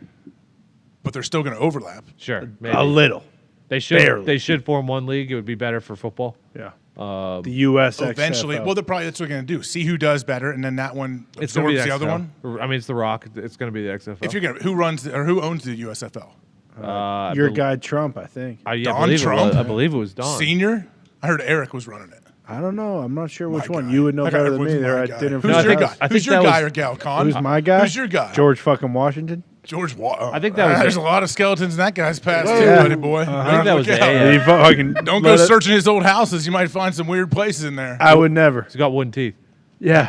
He's dead now, but he did have wooden teeth. Is that was the rumor, right? He had wooden teeth? He I did think they have all wooden did. teeth. Do we know for sure? Yes. Yeah. And Guy cool. was ripping darts like you wouldn't believe. And that was real tobacco. And that was when you rolled your That was own. probably so much better for you back then too, without all the additives, right? Yeah, it's probably owned by Fox great Sports. for you. Oh, it's owned. USFL was owned by Fox Sports. Yeah. Sports Network has reportedly committed somewhere between 150 and 200 million over its first 3 years. How do you have that much money to throw at a league like that? I mean, it's Fox Sports. You're right. They have everything. They're getting so much. It's under the whole umbrella, right? Yeah, Of Fox. Yeah, News Corp. Is that News Corp? That Fox? Probably. I mean, they just paid Brady double that just to call games.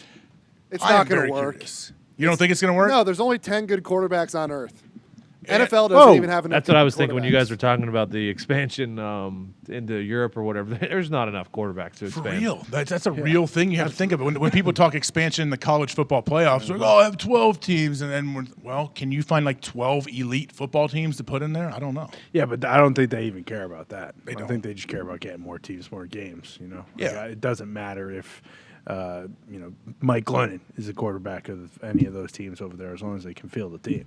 I guess, I don't know how many of you guys saw the pregame stuff they did with Marshawn Lynch. I know he works for Amazon now, and he's going to be doing more like pre-recorded pieces. I thought it was going to be funny Marshawn stuff. It was actually like uplifting. He went to these like inner city to these schools and put on pads and was physical with these high school kids, which was awesome. Awesome. And then he loves spoke to doing him, that. pumped him up. He's the perfect guy for that. Like I hope that's kind of what they're doing throughout their year, are they? I think Do so. we know? Yeah, I think don't that's know. his role. Yeah. The halftime show actually was the best. I don't know how we haven't talked about that. Taron Killam, SNL alum, right? Yeah, he's great. That was freaking hilarious. It was pretty freaking hilarious for a while. Ty, can you explain, like someone that hadn't seen it, what happened? It was kind of like a take on I the can't soup. because you I can't, Ty. I- Don't I didn't don't watch overpower it, me, so- Ty. Yeah, you have. Okay, you did watch it. This is So, one of your favorite SNL things. I heard you were a writer for it. You didn't write for this? Oh, for the bit? For Taron Killam, yeah, he did. It was He like writes his own material. It was kind of like the soup mixed with. Tosh.0. There we go. Diggs, what do you think about it? I'm being honest. I didn't see the halftime show. It was freaking awesome. You guys missed out. I feel bad for Taron Killam, the guy who did it. You know who I'm talking about, Ty? Yes, I know who The Taron SNL Killam kid. is, Okay. and I've seen a bit of like the show that he's doing for Amazon. I think it was like a couple weeks This ago. is new Like, though, right? I didn't see this on the other games. No, I this is the switched first over week. to Triple G during halftime. Triple G, the boxer? No, guys' grocery games. Oh, I thought it was Triple D, too. There's also diners, also- drives, and dives, but he doesn't do that anymore. It's Triple G now. Oh, okay. The halftime thing was awesome, though. Just a nice Yeah, little quick breakdown of every team. You know what I do? Is that what he did? Basically, like So a that show's breakdown. been running for like 7 weeks, and it's only an Amazon Prime Yeah. thing. They tried like stuffing it down our throats at halftime. Wait, and what do you it mean? wasn't This that wasn't show where they this make wasn't fun of the NFL? specifically Yeah. for this game. No, he's I doing remember. a show like with NFL rights where it's supposed to. It's the same deal. It's like kind of like a soup style like Oh, NFL he's comedy talking show. and they're playing highlights in Yes. the background. And So they now have they those- tried forcing it down our throats, and it did not work out. they have It's those like when sweet people got jokes. pissed that they put, is it you two? Yes. On your iPhone, right? And all the young kids, who are these? Who the hell are these So guys? since you saw it, was it Every super good or was breaking it? You know, what do we say around here? We don't like to bring a negative umbrella to a brainstorm. I like that Amazon's throwing it all out there. I really do, honestly. Why not? You don't know what's going to hit unless you put it on there, right? Sure. And give us a chance to consume it, and maybe it'll grow on us. Yeah, I don't know. Why did you send that video into the group text? You laughing hysterically during it? If you were gonna say that LMFAO. when you got on here. I think we all know that I wouldn't do. Was I filming myself laughing? Yeah, you were. You guys got to turn this on right now. Is Dude Perfect still? Does Dude Perfect still have a channel on Amazon? Dude, they weren't on last night. I looked for the alternate broadcast because I'm trying to come up with ideas what we're going to do on Saturday for ours as well. Yeah, Are they only doing a handful of games or what? I think they're out of commish because they're building a new studio with all that money they got from $640 studio. Wait, did they decide on what they were trying to like get people to entice us to come build it in your city? Did they figure out where they're doing it, Zeke? Cutter, I think. Yeah, they made a deal they could not resist. But no, I think they only have a certain amount of games. Amazon has gotten me on a few things though, because they just run commercials for shows that they're putting on their channel. That's all they want. That's all they want. They've got me. Go search and go find different shows that we have and tell your buds about it. Tell your What friends was that that aren't show? signed up. Like The Peripheral or something like that. I'm all in on that show. Yeah. There's also a problem in that, though, because when you have a real fucking poop bowl like last night at halftime, I said, you know what, fuck it, I'm going to go watch Roadhouse on Prime. And I sure as hell did.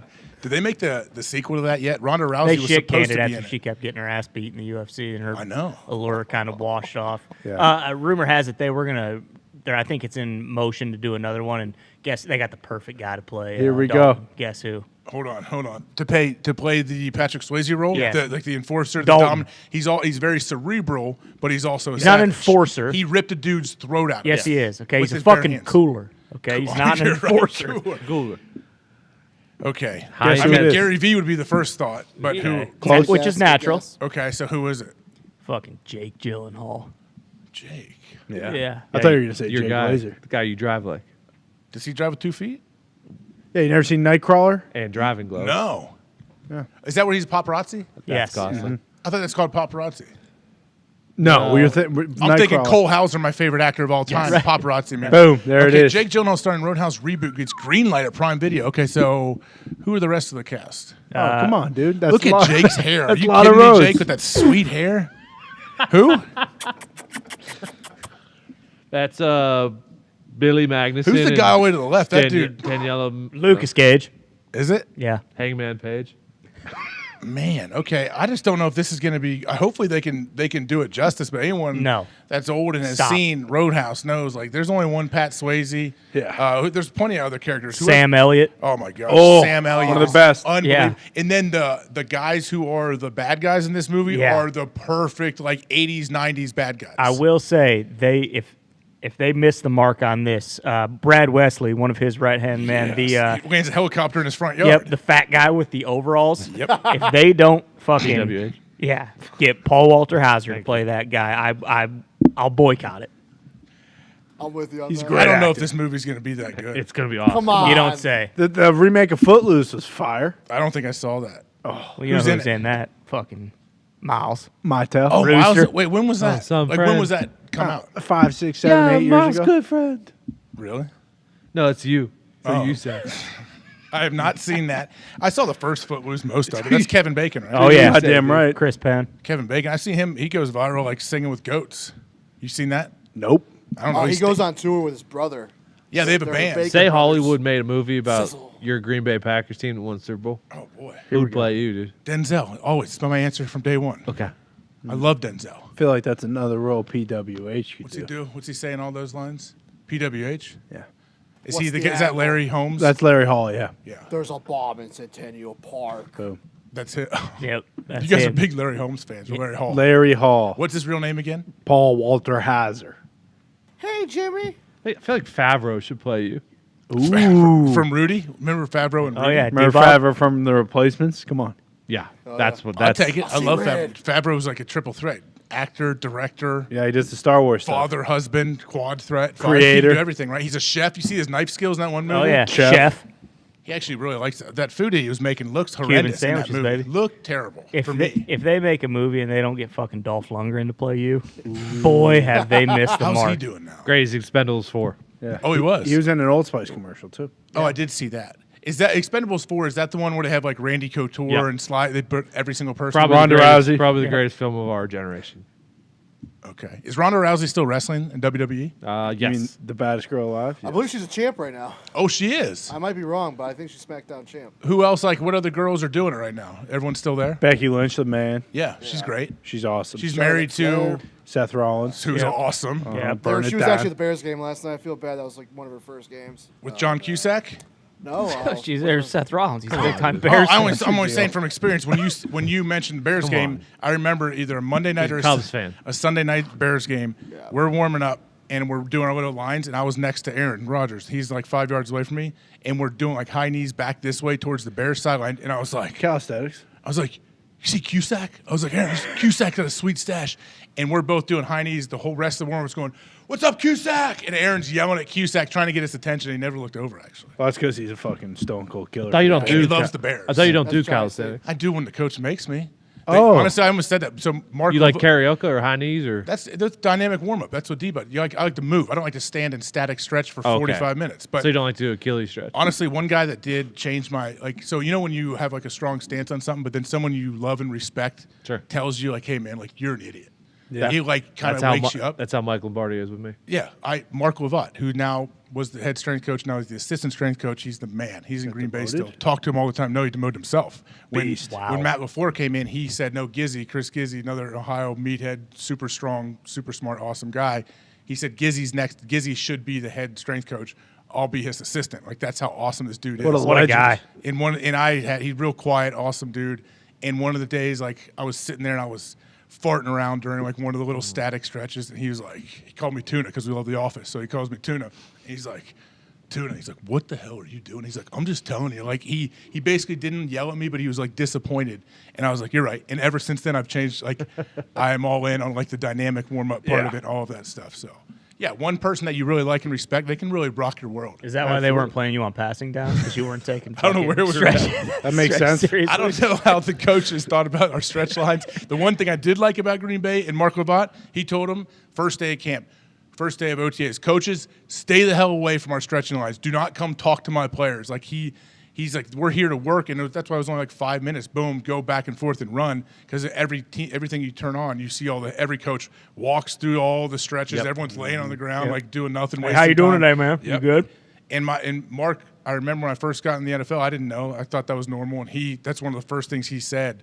And I was like, okay. And the coaches absolutely stay the hell out of the stretch line. Is getting your head across, rapping and lifting the worst pregame thing of all time? Oh man, especially when it's cold. We would do linebacker drills one-on-one, and you just don't go against some of these rookies, some of the rookie young linebackers that are just juiced and overexcited to blast. There was never any good. We would line up maybe 3 or 4 yards apart, and one guy would simulate hey, I'm the ball carrier, you're the tackle. Let's get a good pop. Sure. Get your head across, get a good pop. And you always took if you're run the ball, you got popped in your funny bone, your elbow, and your arm went numb for 9 minutes before the game, or you're jamming up fingers, or someone blasts your steps on your toes, just dumb stuff like that. So either I would go pretty light and fit it up, or I would try to kill the dude. It's one or the other, depending how you felt in the moment is where you would go with that, I think. And then they would try to kill you sometimes too, and it sucks. Yeah, it's not. It's tiring. Sometimes the warm-ups. Yeah, why do they still do that? You gotta get the pads popped. You gotta get a feel for it. You don't. You don't have to at all. Not especially when it's cold. And you guys know this. Did all of you, Ty, you play football? Mm-hmm. Everyone knows.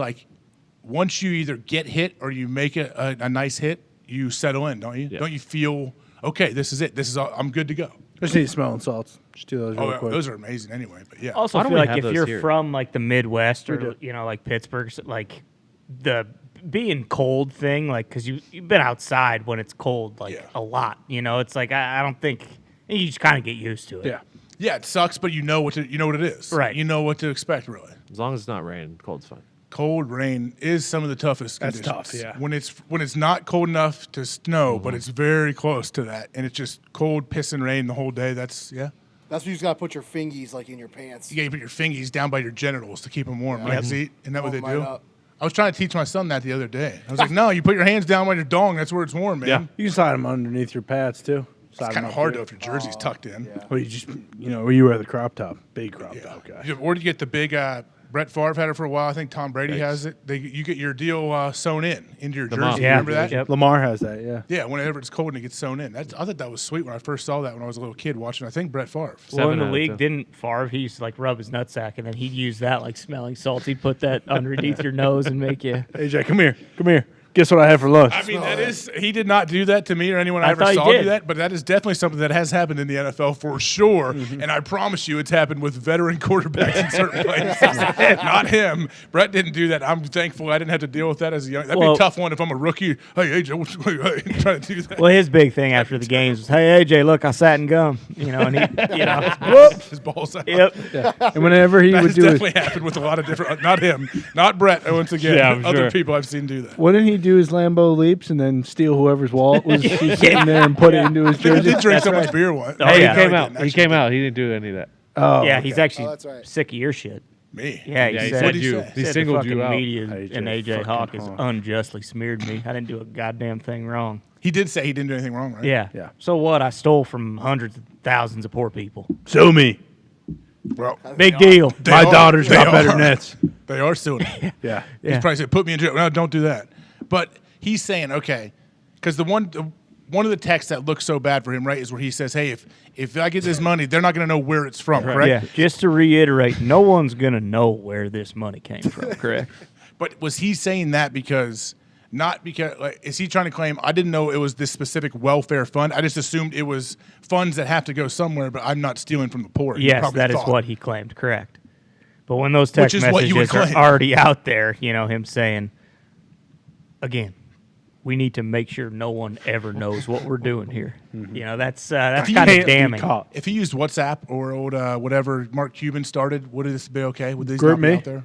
Yeah, those are encrypted. And they disappear supposedly, but someone could have screenshotted it maybe. Mm-hmm. And they always live in the cloud. They do, right? Even though like WhatsApp though, like I've heard Cuban, he has like an email text app that he claims like is full go. Like, hey, no, we're good. You can't mess with this one. Is that right? I don't know. I think you can hack anything. I agree. Of course, they can get whatever they want. Yeah, that's what I mean. So they can probably find it still. But if Cuban says it, then I believe it. Do you? Yeah, definitely. Have you reached out to your buddy after his tough ruling yesterday? Who is this? Alex Jones. What happened to Alex Jones? He has to pay $1 billion? Yeah. You know exactly what happened. But what happens if he doesn't have it? I've never spoke to Alex Jones. Actually, I did see his own people putting videos of him out too. Like I don't know what's going on down there. Is he in Texas? Yeah. Yeah. Z, what's going on with that whole situation? You know what? Yeah, he owes a lot of money.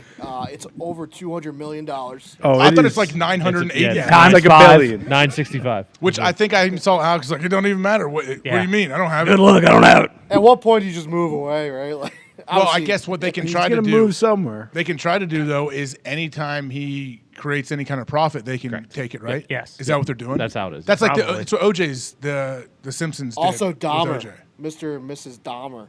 What'd they do? The parents. The dad tried writing a book, and then all the victims took all the money. You're right. Really? Yeah, and they showed that in the series. Yeah, Wait, I don't know why? if it's true or not. Why was the dad? Because I think they said you can't profit off of our He did like a tell-all kids' book victims. about like if your kid's showing like symptoms of being a serial killer, and it was him like teaching him all the shit, and he made a book, and it was like a bestseller or some shit. He was about to make a shitload of money, and then he was about to get a check, and this is probably a dramatized portion of it, but they were like, "Oh, give me all that money."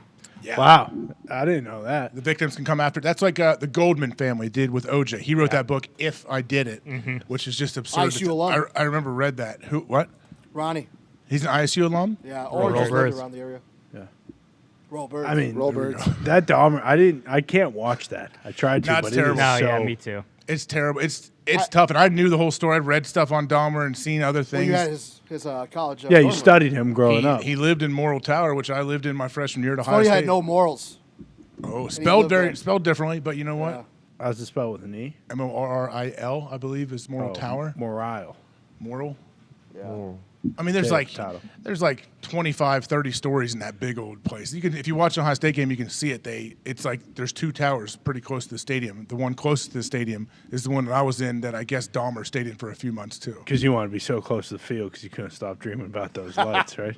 Dahmer? No, you. Me? No, they put me there. They put me there. Comment. I did not have any choice. Sure. I don't know how Dahmer felt about the Ohio State Buckeye football team. I don't know if he ever made it to a game, but I hope he didn't. I'm sure he did. Yeah, he definitely did. I'm pretty sure you were his favorite player too.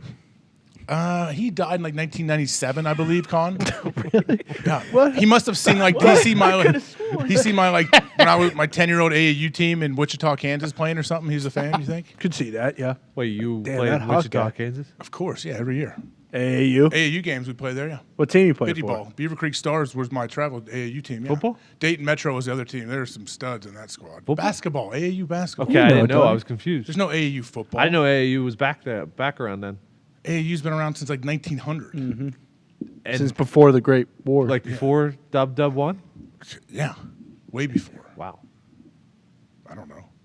They had it in 1995. I doubt it was before. They had it in 1995. Wow. This is Stars are one team. See the Dayton Metro are around. Dayton Metro, man, we had our whole team from all over. We sent some guys college scholarships in basketball, football, and guys. A lot of different guys played overseas in basketball. You have offers for basketball? No.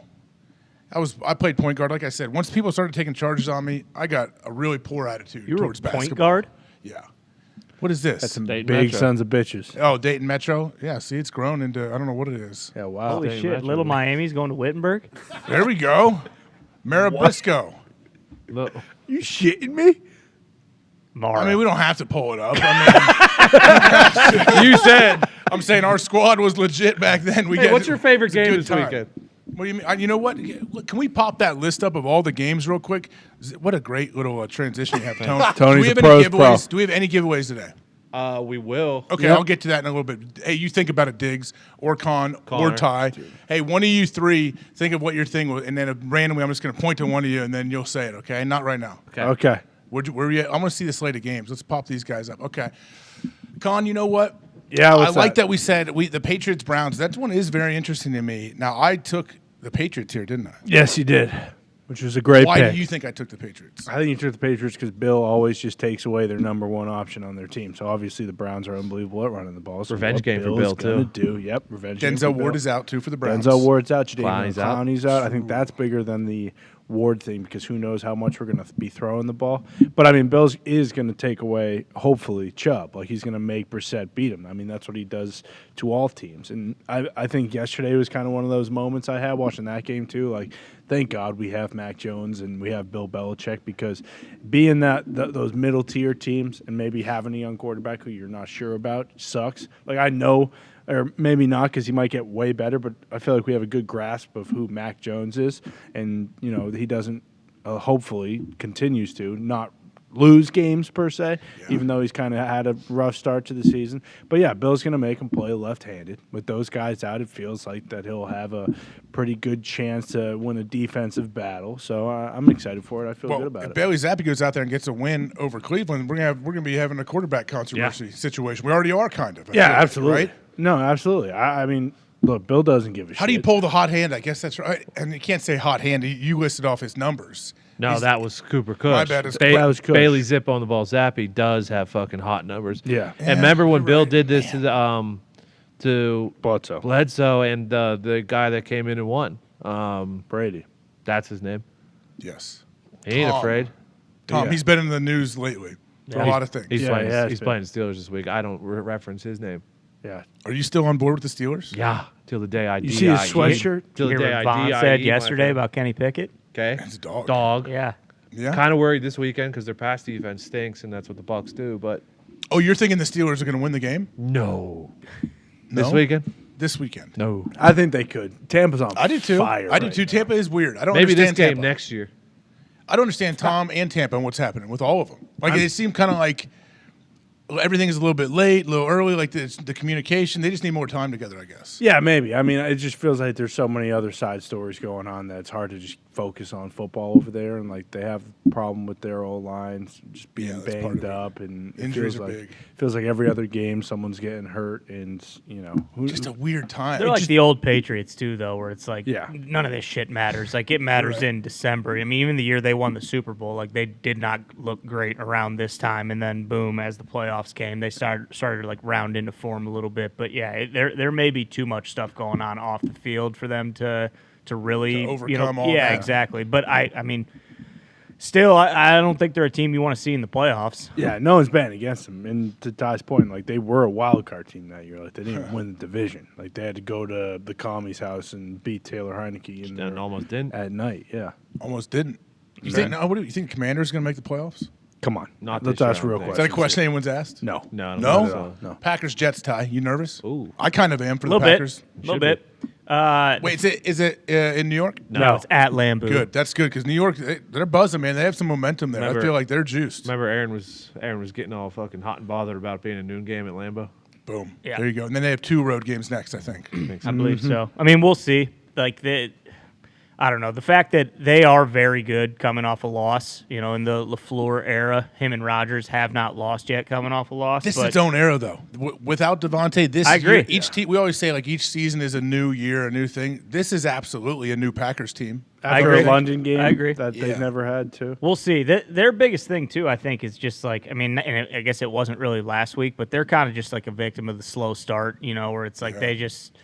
If they can get up on teams early, especially with Zach, like they need to, you got to take Breece Hall out of the game. I mean, they need to try to get up. That dude runs so hard. He has great vision, great patience. Fast. They're gonna find ways, creative ways, to get him. Yeah, they're gonna have to feed him as much as they can. Because you can say what you want about the offense not looking great, but like we kind of expected that. Like they lost Devontae. They don't really they're still trying to figure out their identity on offense. Like the defense has to play much fucking better. It's just really as simple as that. Do you know their stats, Dig? Anyone have any of their, the Packers team defensive stats? Yes.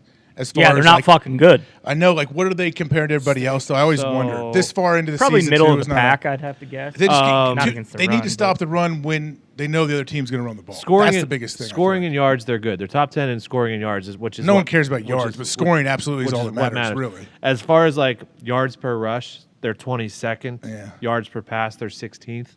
Yeah, just get a little bit better against the run. They'll be all right. And start taking the ball Turnovers. away a little bit. They can, though. They can pressure the quarterback, though. They usually can get after him. Where are they when it comes to sacks and pressures? Are they even up there? Sacks, they are. And their defense is on. They're 7th in sack percentage. Gary's been really good. Yeah, he's been very impressive to me. Kenny like Clark's that. a fucking stud. Doesn't get nearly enough. Isn't Rayshawn? Is he there? I saw LaFleur's maybe worried about a toe. Oh, how's Wyatt been? He's been kind of Bray.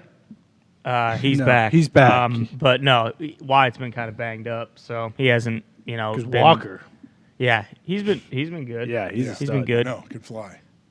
We'll see. I mean, I don't know. The biggest thing kind of has been the secondary, especially last week. They're just getting chewed up on. I don't know why though. Jets have young weapons too, which is fun to watch. Oh, Garrett Wilson, man. The game I was at, Bengals-Jets game, I was there in person. Garrett Wilson got broken in half, was on the field for 5 minutes, was catching balls 10 minutes later. The dude was back Elijah in the game. Moore. They need to fucking blast Uzama at tight end. Zach Wilson early and often. Oh, man. You have to make him very uncomfortable. Yeah. Don't let him get rolling, especially to his right. Yes. That dude starts bouncing and feeling good. Boom, just or rolling out to his left and having him throw crossbody right he did at his pro day. Then he'll really be feeling. He'll be sea-walking all over that field if he completes a touchdown like that. Right. Now, it's a completely different defense as far as personnel is concerned, but is there anything because Saleh has played well against the Packers, correct? Yes, correct. Has he when he was in San Fran? Yes, he was the D coordinator the year they played in the NFC Championship. Yeah, Saleh's good. Now, Jeff Ulbrich is the Jets D coordinator who was in Atlanta, actually. I was on the Atlanta Falcons for about 3 weeks, and Jeff Ulbrich was the linebacker coach, and I played against the dude, played 10, 11 years in the league, absolute monster. I say, with all due respect, the greatest compliment I can give, he is a super smart meathead. Absolute savage physically in the weight room every single day, but also super squared away, detail-oriented, and very, very, very smart. So I think they'll try. I mean, they'll definitely try to stop Aaron, try to get some pressure on him early, do whatever other teams have done to make him feel uncomfortable. But remember when Aaron was talking on the show Tuesday or maybe 2 weeks ago about the game? He's like, when they came, I said halftime adjustments. Oh, what is it? And he's like, well, yeah, we had 2 bad incompletions before Lazard caught an unbelievable catch down the sideline. So, if he doesn't catch that ball, we got to punt the ball. It's 4th down. It could be a different game. Yeah, against New England. Well, same deal. They just can't. We can't do the same thing where it's you just, for whatever reason, in the second half, just completely abandon the run game because, again, Aaron Jones needs to touch the ball a lot, and last week he just didn't. Why? Why was that? Because it feels like when he does touch the ball, he and A.J. Dillon, they're falling forward. They're gashing the defense. And every time I see him run the ball, I put myself in the defense's shoes. I'm like, this would suck if they kept giving this dude the ball. Yeah, I don't understand why they fucking have them both in. Do the split backfield. Yeah, I feel like for whatever reason, all of their sets are one or the other. Like they need to have both those guys on the field at the same time. And if that means, Christian Watson's got a hamstring, so who knows if he's going to play this week. But if it means taking a guy like him off, so you can those guys need to fucking be on the field, because Aaron Jones in the pass game too, I feel like they really haven't. He's a weapon. He's a weapon. He's a Jones was mismatch. pissed off, right, last week? Yeah. Yeah, he said that's like the first time I've ever seen someone actually voice their opinion and not get a ball, right? Especially him. Yeah, and Aaron Jones is he's like the positivity leader, I feel like, for the team. Yeah. Always dancing, wears the shades, always upbeat, sombrero, smiling, fun dude. So for him to say that, he's pretty pissed. Yeah, rightfully so. The Packers might be done. It's safe to say. I got to remember every time I'm talking to Zeke about anything like that, the Bears are always in your brain. No. Everything is how it responds to not only Barry O, but also Don't the sleep Bears. on Barry O. Yeah, exactly. Bear Dahn. Tone Bear Diggs. I hear there's a giveaway. I hear you are the guy for the Here giveaway. you go, Tony. What do you think, Diggs? Okay, we're going to do something different this week. Okay? What? Oh. Hashtag is PMS NFL Week 6. Okay, that is different from last That's week. weird. Hashtag PMS NFL Week 6. We're not typing out hashtag, just the hashtag. No, boom. the pound sign. Boom, Oh, boom. Okay. For older people watching the Pound show, sign, pound yep, sign. yep. Newer generation, hashtag. Got it. The letters PMS NFL WEEK and then the number 6. Okay. Put that in a tweet. You have to pick a team that you think is going to win this weekend. Yep. Okay. And then you got to put your cash tag in that tweet too, because we got to know how to pay you. Okay. Of course. And because cash tag, thank you, Cash App. And then 10 winners, $500, or 15 winners for $500 if you throw and make Right it there. in. Throw it right there. Drain it. You get a shot. Well, yeah, you got to get up. You can't. AJ, there are lights up there. You can't just. Have you seen this guy sling it? Come on, He now. can thread the needle, Come on, man. now, Tony. Come on, Tony, take the Come on, cowboy Tony. hat off. Come Take on, the cowboy Tony. hat off, son. Yeah. Follow that pigskin. Oh, one more. You want one more? Close. You want to shoot the basketball hoop? Come on, Tony. Shoot the basketballs? Oh. Why'd you knock the rock down? Dwayne fell. Sorry, Dewey. Come on, Tony. Need you here. Tony, take. Oh, no. Don't get leg. Tony, give a good effort for Christ's Hey, sake. bend. Hold on. You might need to warm up. We might need to stretch. I know we hate stretching here. You might need to bend a few times. Get those knees. Oh, no. Oh.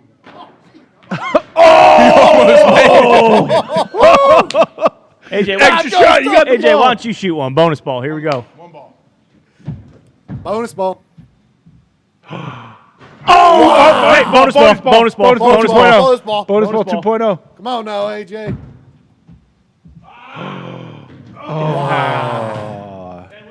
Guess you just get 10. 10 winners. Damn. What? So, one more time. Hashtag PMS NFL Week Week 6. six. The number 6. Yeah, Right. pick a winner and put your cash tag in there. All right. 10 people, $500. That's what we get. Uh-huh. We're going to make all kind of shots tomorrow We'll have night, to though, run right, it. guys? Goddamn Oh, right. Tomorrow hell night's yeah. going to be electric. Do we have teams or no? No, we're all just rooting for points. Points this week. Points, Hell points, yeah, points. Points for either team scored. Yeah. Just And as then many this will be points. fun. Yeah, it's going to be awesome. This is going to be awesome, man. I know we have special guests coming, right? Yep. You don't know Surprise. who that may be yet. Con, what's your favorite thing that happened this week? My favorite thing that happened this We're week. just trying to wrap everything and put a bow on it, as they say. Sure, yeah. Put a bow on it. I hear you. There are a lot of favorite things, I'd say. It doesn't but even have to be with the show or football. It could be in your personal life. No. This is my life. I would probably say, being able to be Robert Quinn for Coach P's keys, that was a true honor. Did that hurt for real? He jumped on you hard. Yeah, I feel dude, he killed. I would have been a roughing the passer. That was ridiculous. 15. We got a first down though. I don't care. Ball's moving. You had a hell of a spin move though when he told you to run a game or a stunt. I mean, hey, I've run a stunt or two before. I'm not some sort of fool. We up know, here. God, man. We know. Ty, Come what about on. you? Do you have a favorite moment this week? I know you yeah. guys love when I put you on the spot here. Yeah, it's probably you showing me the text messages and the back and forth that you've had with Brett Favre within the last couple days. That, I should've known if I I'm gonna really do enjoyed this. that. If you could screenshot those and send them Yeah. to me, I'd like to show those to my Everyone brothers else and my does. family. You should just tweet them out. Actually, Yeah. people would get a lot of respect for you supporting your friend in his time of need. Yeah, seriously. Diggs, what about you? What'd Do you say? have a favorite You should moment? have I told should have you. sold more, It's Brett. not that bad, Brett. No one cares. My fucking favorite part. Brett, was when start I saw using you, WhatsApp. I saw you get out of your fucking truck this morning and fucking take off your leather driving My driving gloves? Yeah, that was awesome. You know that vehicle I drive is really a sports car. I You know. that. Yeah. It may be a truck with no GPS and cloth seats, but that thing is a sports car. You I got will tell you 500 ponies under that hood. What was your favorite moment of the least. week? My favorite moment, honestly, the Chuck jumping on you was Yeah. very fun to watch. I think we need to have some kind of demonstration every week with you and Chuck. He does not need to jump on you. I feel like you could have separated the shoulder there. I did. He almost actually. did. But, Chuck gets going. He's going. I respect the passion that guy has. But I think the best moments are even yet to come. I think tomorrow night might be our Wow. best. Well Can't said. think of anything. Think about- Okay. don't you think Clemson, tomorrow night ESPN yeah. 2, Clemson, FSU? Yep. Yeah, well, we did say up to this point favorite moment, but yeah. I don't think you did. Zito, you got a favorite moment from this week yet? I will tell you, when Nikhil Harry snuck into the fucking meeting, I still have no idea how he got in. Yeah, Nikhil no one Harry's does. here? Actually, you know what, Con? One of my favorite moments was when I was sitting waiting to come on the show watching Ian Rappaport, all the comments being thrown his way, and then Ian's talking about, and Con's just super monotone, so disrespectful tone. What? Yeah, we should have set my DVR for that. Talking about Ian on his deal. It was so good. It made me laugh so hard just thinking of Ian's a good dude that he gets it. He's okay with all of that. Yeah, right? no, he's the man. Yeah, and his pinned tweet is still his shirt that's available at the store. Oh yeah, raising money, just like that Super Bowl when he was doing the ear thing. We all did And that we for all like did it. 7 straight minutes until he noticed. They posted on Instagram. Yeah, what a good dude, Evie. Yo. What about you, bud? How you This doing? is the best week of the year to be a Lions fan. Why? Because it's the bye week. That's what I loved about this week. Hell yeah. What do you think Dan Campbell does for a bye? I'm sure he gets like a 2 day and a half, 2 days where he's like, I gotta go recharge the batteries. What do you think he does? I couldn't even guess. He's blacked so out. sad after last game. I was can't so imagine sad, he's doing anything. He's eating cigarettes with a knife and a fork. Like, with a guy, that guy Yeah. right there, with the filters in him. Oh, this Dan Campbell. I didn't know I even had this right here. Yeah, careful, dude. Do not look. You broke the chair last time. Can you just put the fucking shit down, please? Right there. Either There's that Dan. or after last week, he's just been banging his head against the wall saying, so fucking stupid, man.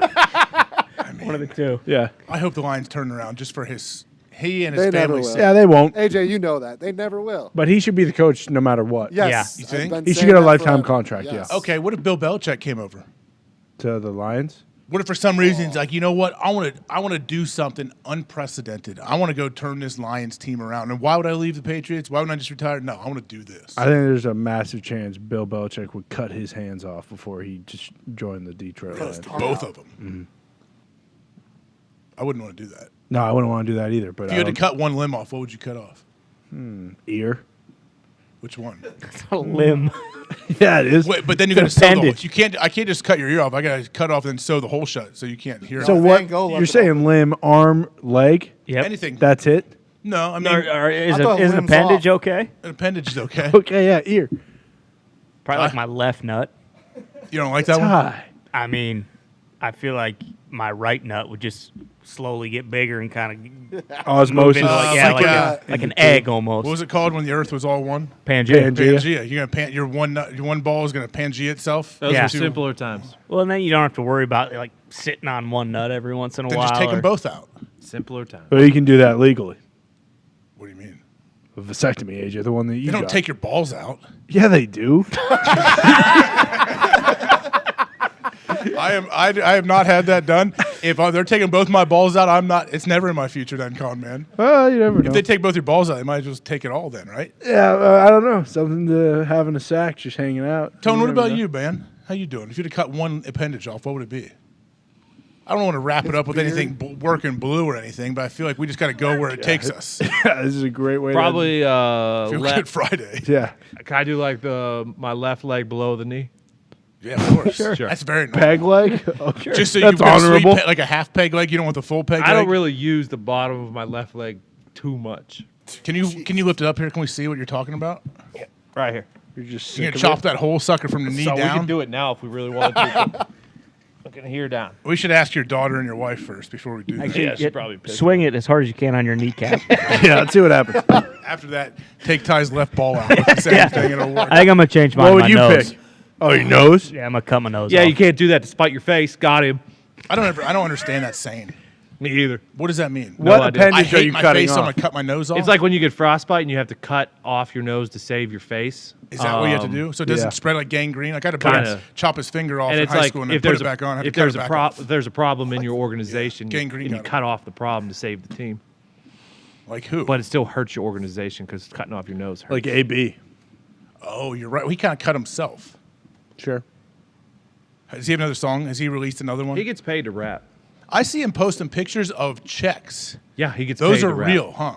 Mm-hmm. Who's paying? Who pays him? The streamers? Kanye. Really? Yeah, he's the president of Dahn Sports. Kanye's all over the place right now. If I to wrap all this up, if I had to cut an appendage off, I don't want to cut any of them. What? None of you picked fingers? No, I love my fingers. Well, you said limb at first. I could take multiple fingers off and not skip a beat because I got 3 or 4 that don't work and Yeah. don't do anything for me and Yeah. just cause pain. So I I'd thought- say one of the pinkies. I thought you said limb too, but He did. Yeah, but I went ear. Oh, if I took a limb off, I would take my right elbow and right arm just doesn't work like I want, and it's in a lot of pain. I can't straighten it, so I'd probably from the elbow down right arm. So I got one of these little guys. I still have this part though. Yeah, sure.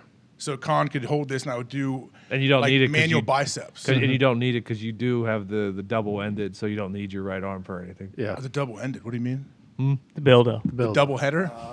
What's that gonna do for me? You stick it right into your arm. The sawzall.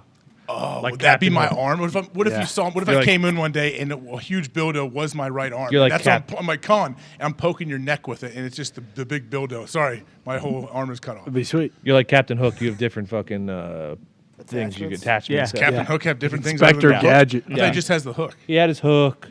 He had his He had gold the gun. hook. The gun was a part of his hand. That Gun, he just threw in. Sword. Is this from a movie? Yeah, pan. Yeah, Hook. You ever seen it?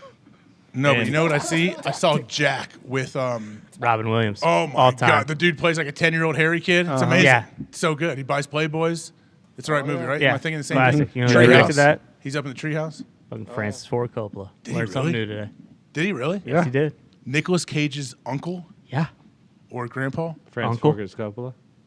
And with that being said, we're wrapping up Feel Good Friday today, guys. All right. Hey, hammer down today? Yeah. 15 minutes from now? What do you say? Okay, 10 minutes from now. 3:20? No, 3:15. 3:16? Nope, 15. 3:15. Diggs is very on the ball. Diggs, love that. Appreciate all you guys, everyone here, everyone behind the glass. Obviously, I'll see you guys all tomorrow for our ESPN2 watch along. 7:30. 7:30, Clemson, FSU. Can't wait. We'll do a bunch of fun stuff here. Boys, appreciate you. Appreciate everybody watching. Pat is in Knoxville, Tennessee. Make sure you tune into Game Day to check him out tomorrow. Obviously, it'll be fun. The Sheriff Peyton Manning will be the guest picker over there. Bear, I always love you. I don't know Love what you, these guys Bear. think about you. This guy. me Mainly neither. Connor, Bear. I'm always with you. Love Hopefully, you, Bear Bear. will be with us tomorrow Love you, night. Bear. again, Yeah, good luck, like he Bear. always is for the watch-alongs. I'm AJ Hawk sitting for Pat McAfee. I'll be back in Ohio Monday. Tomorrow, see everybody on the watch-along. Come on back Monday. Come on back.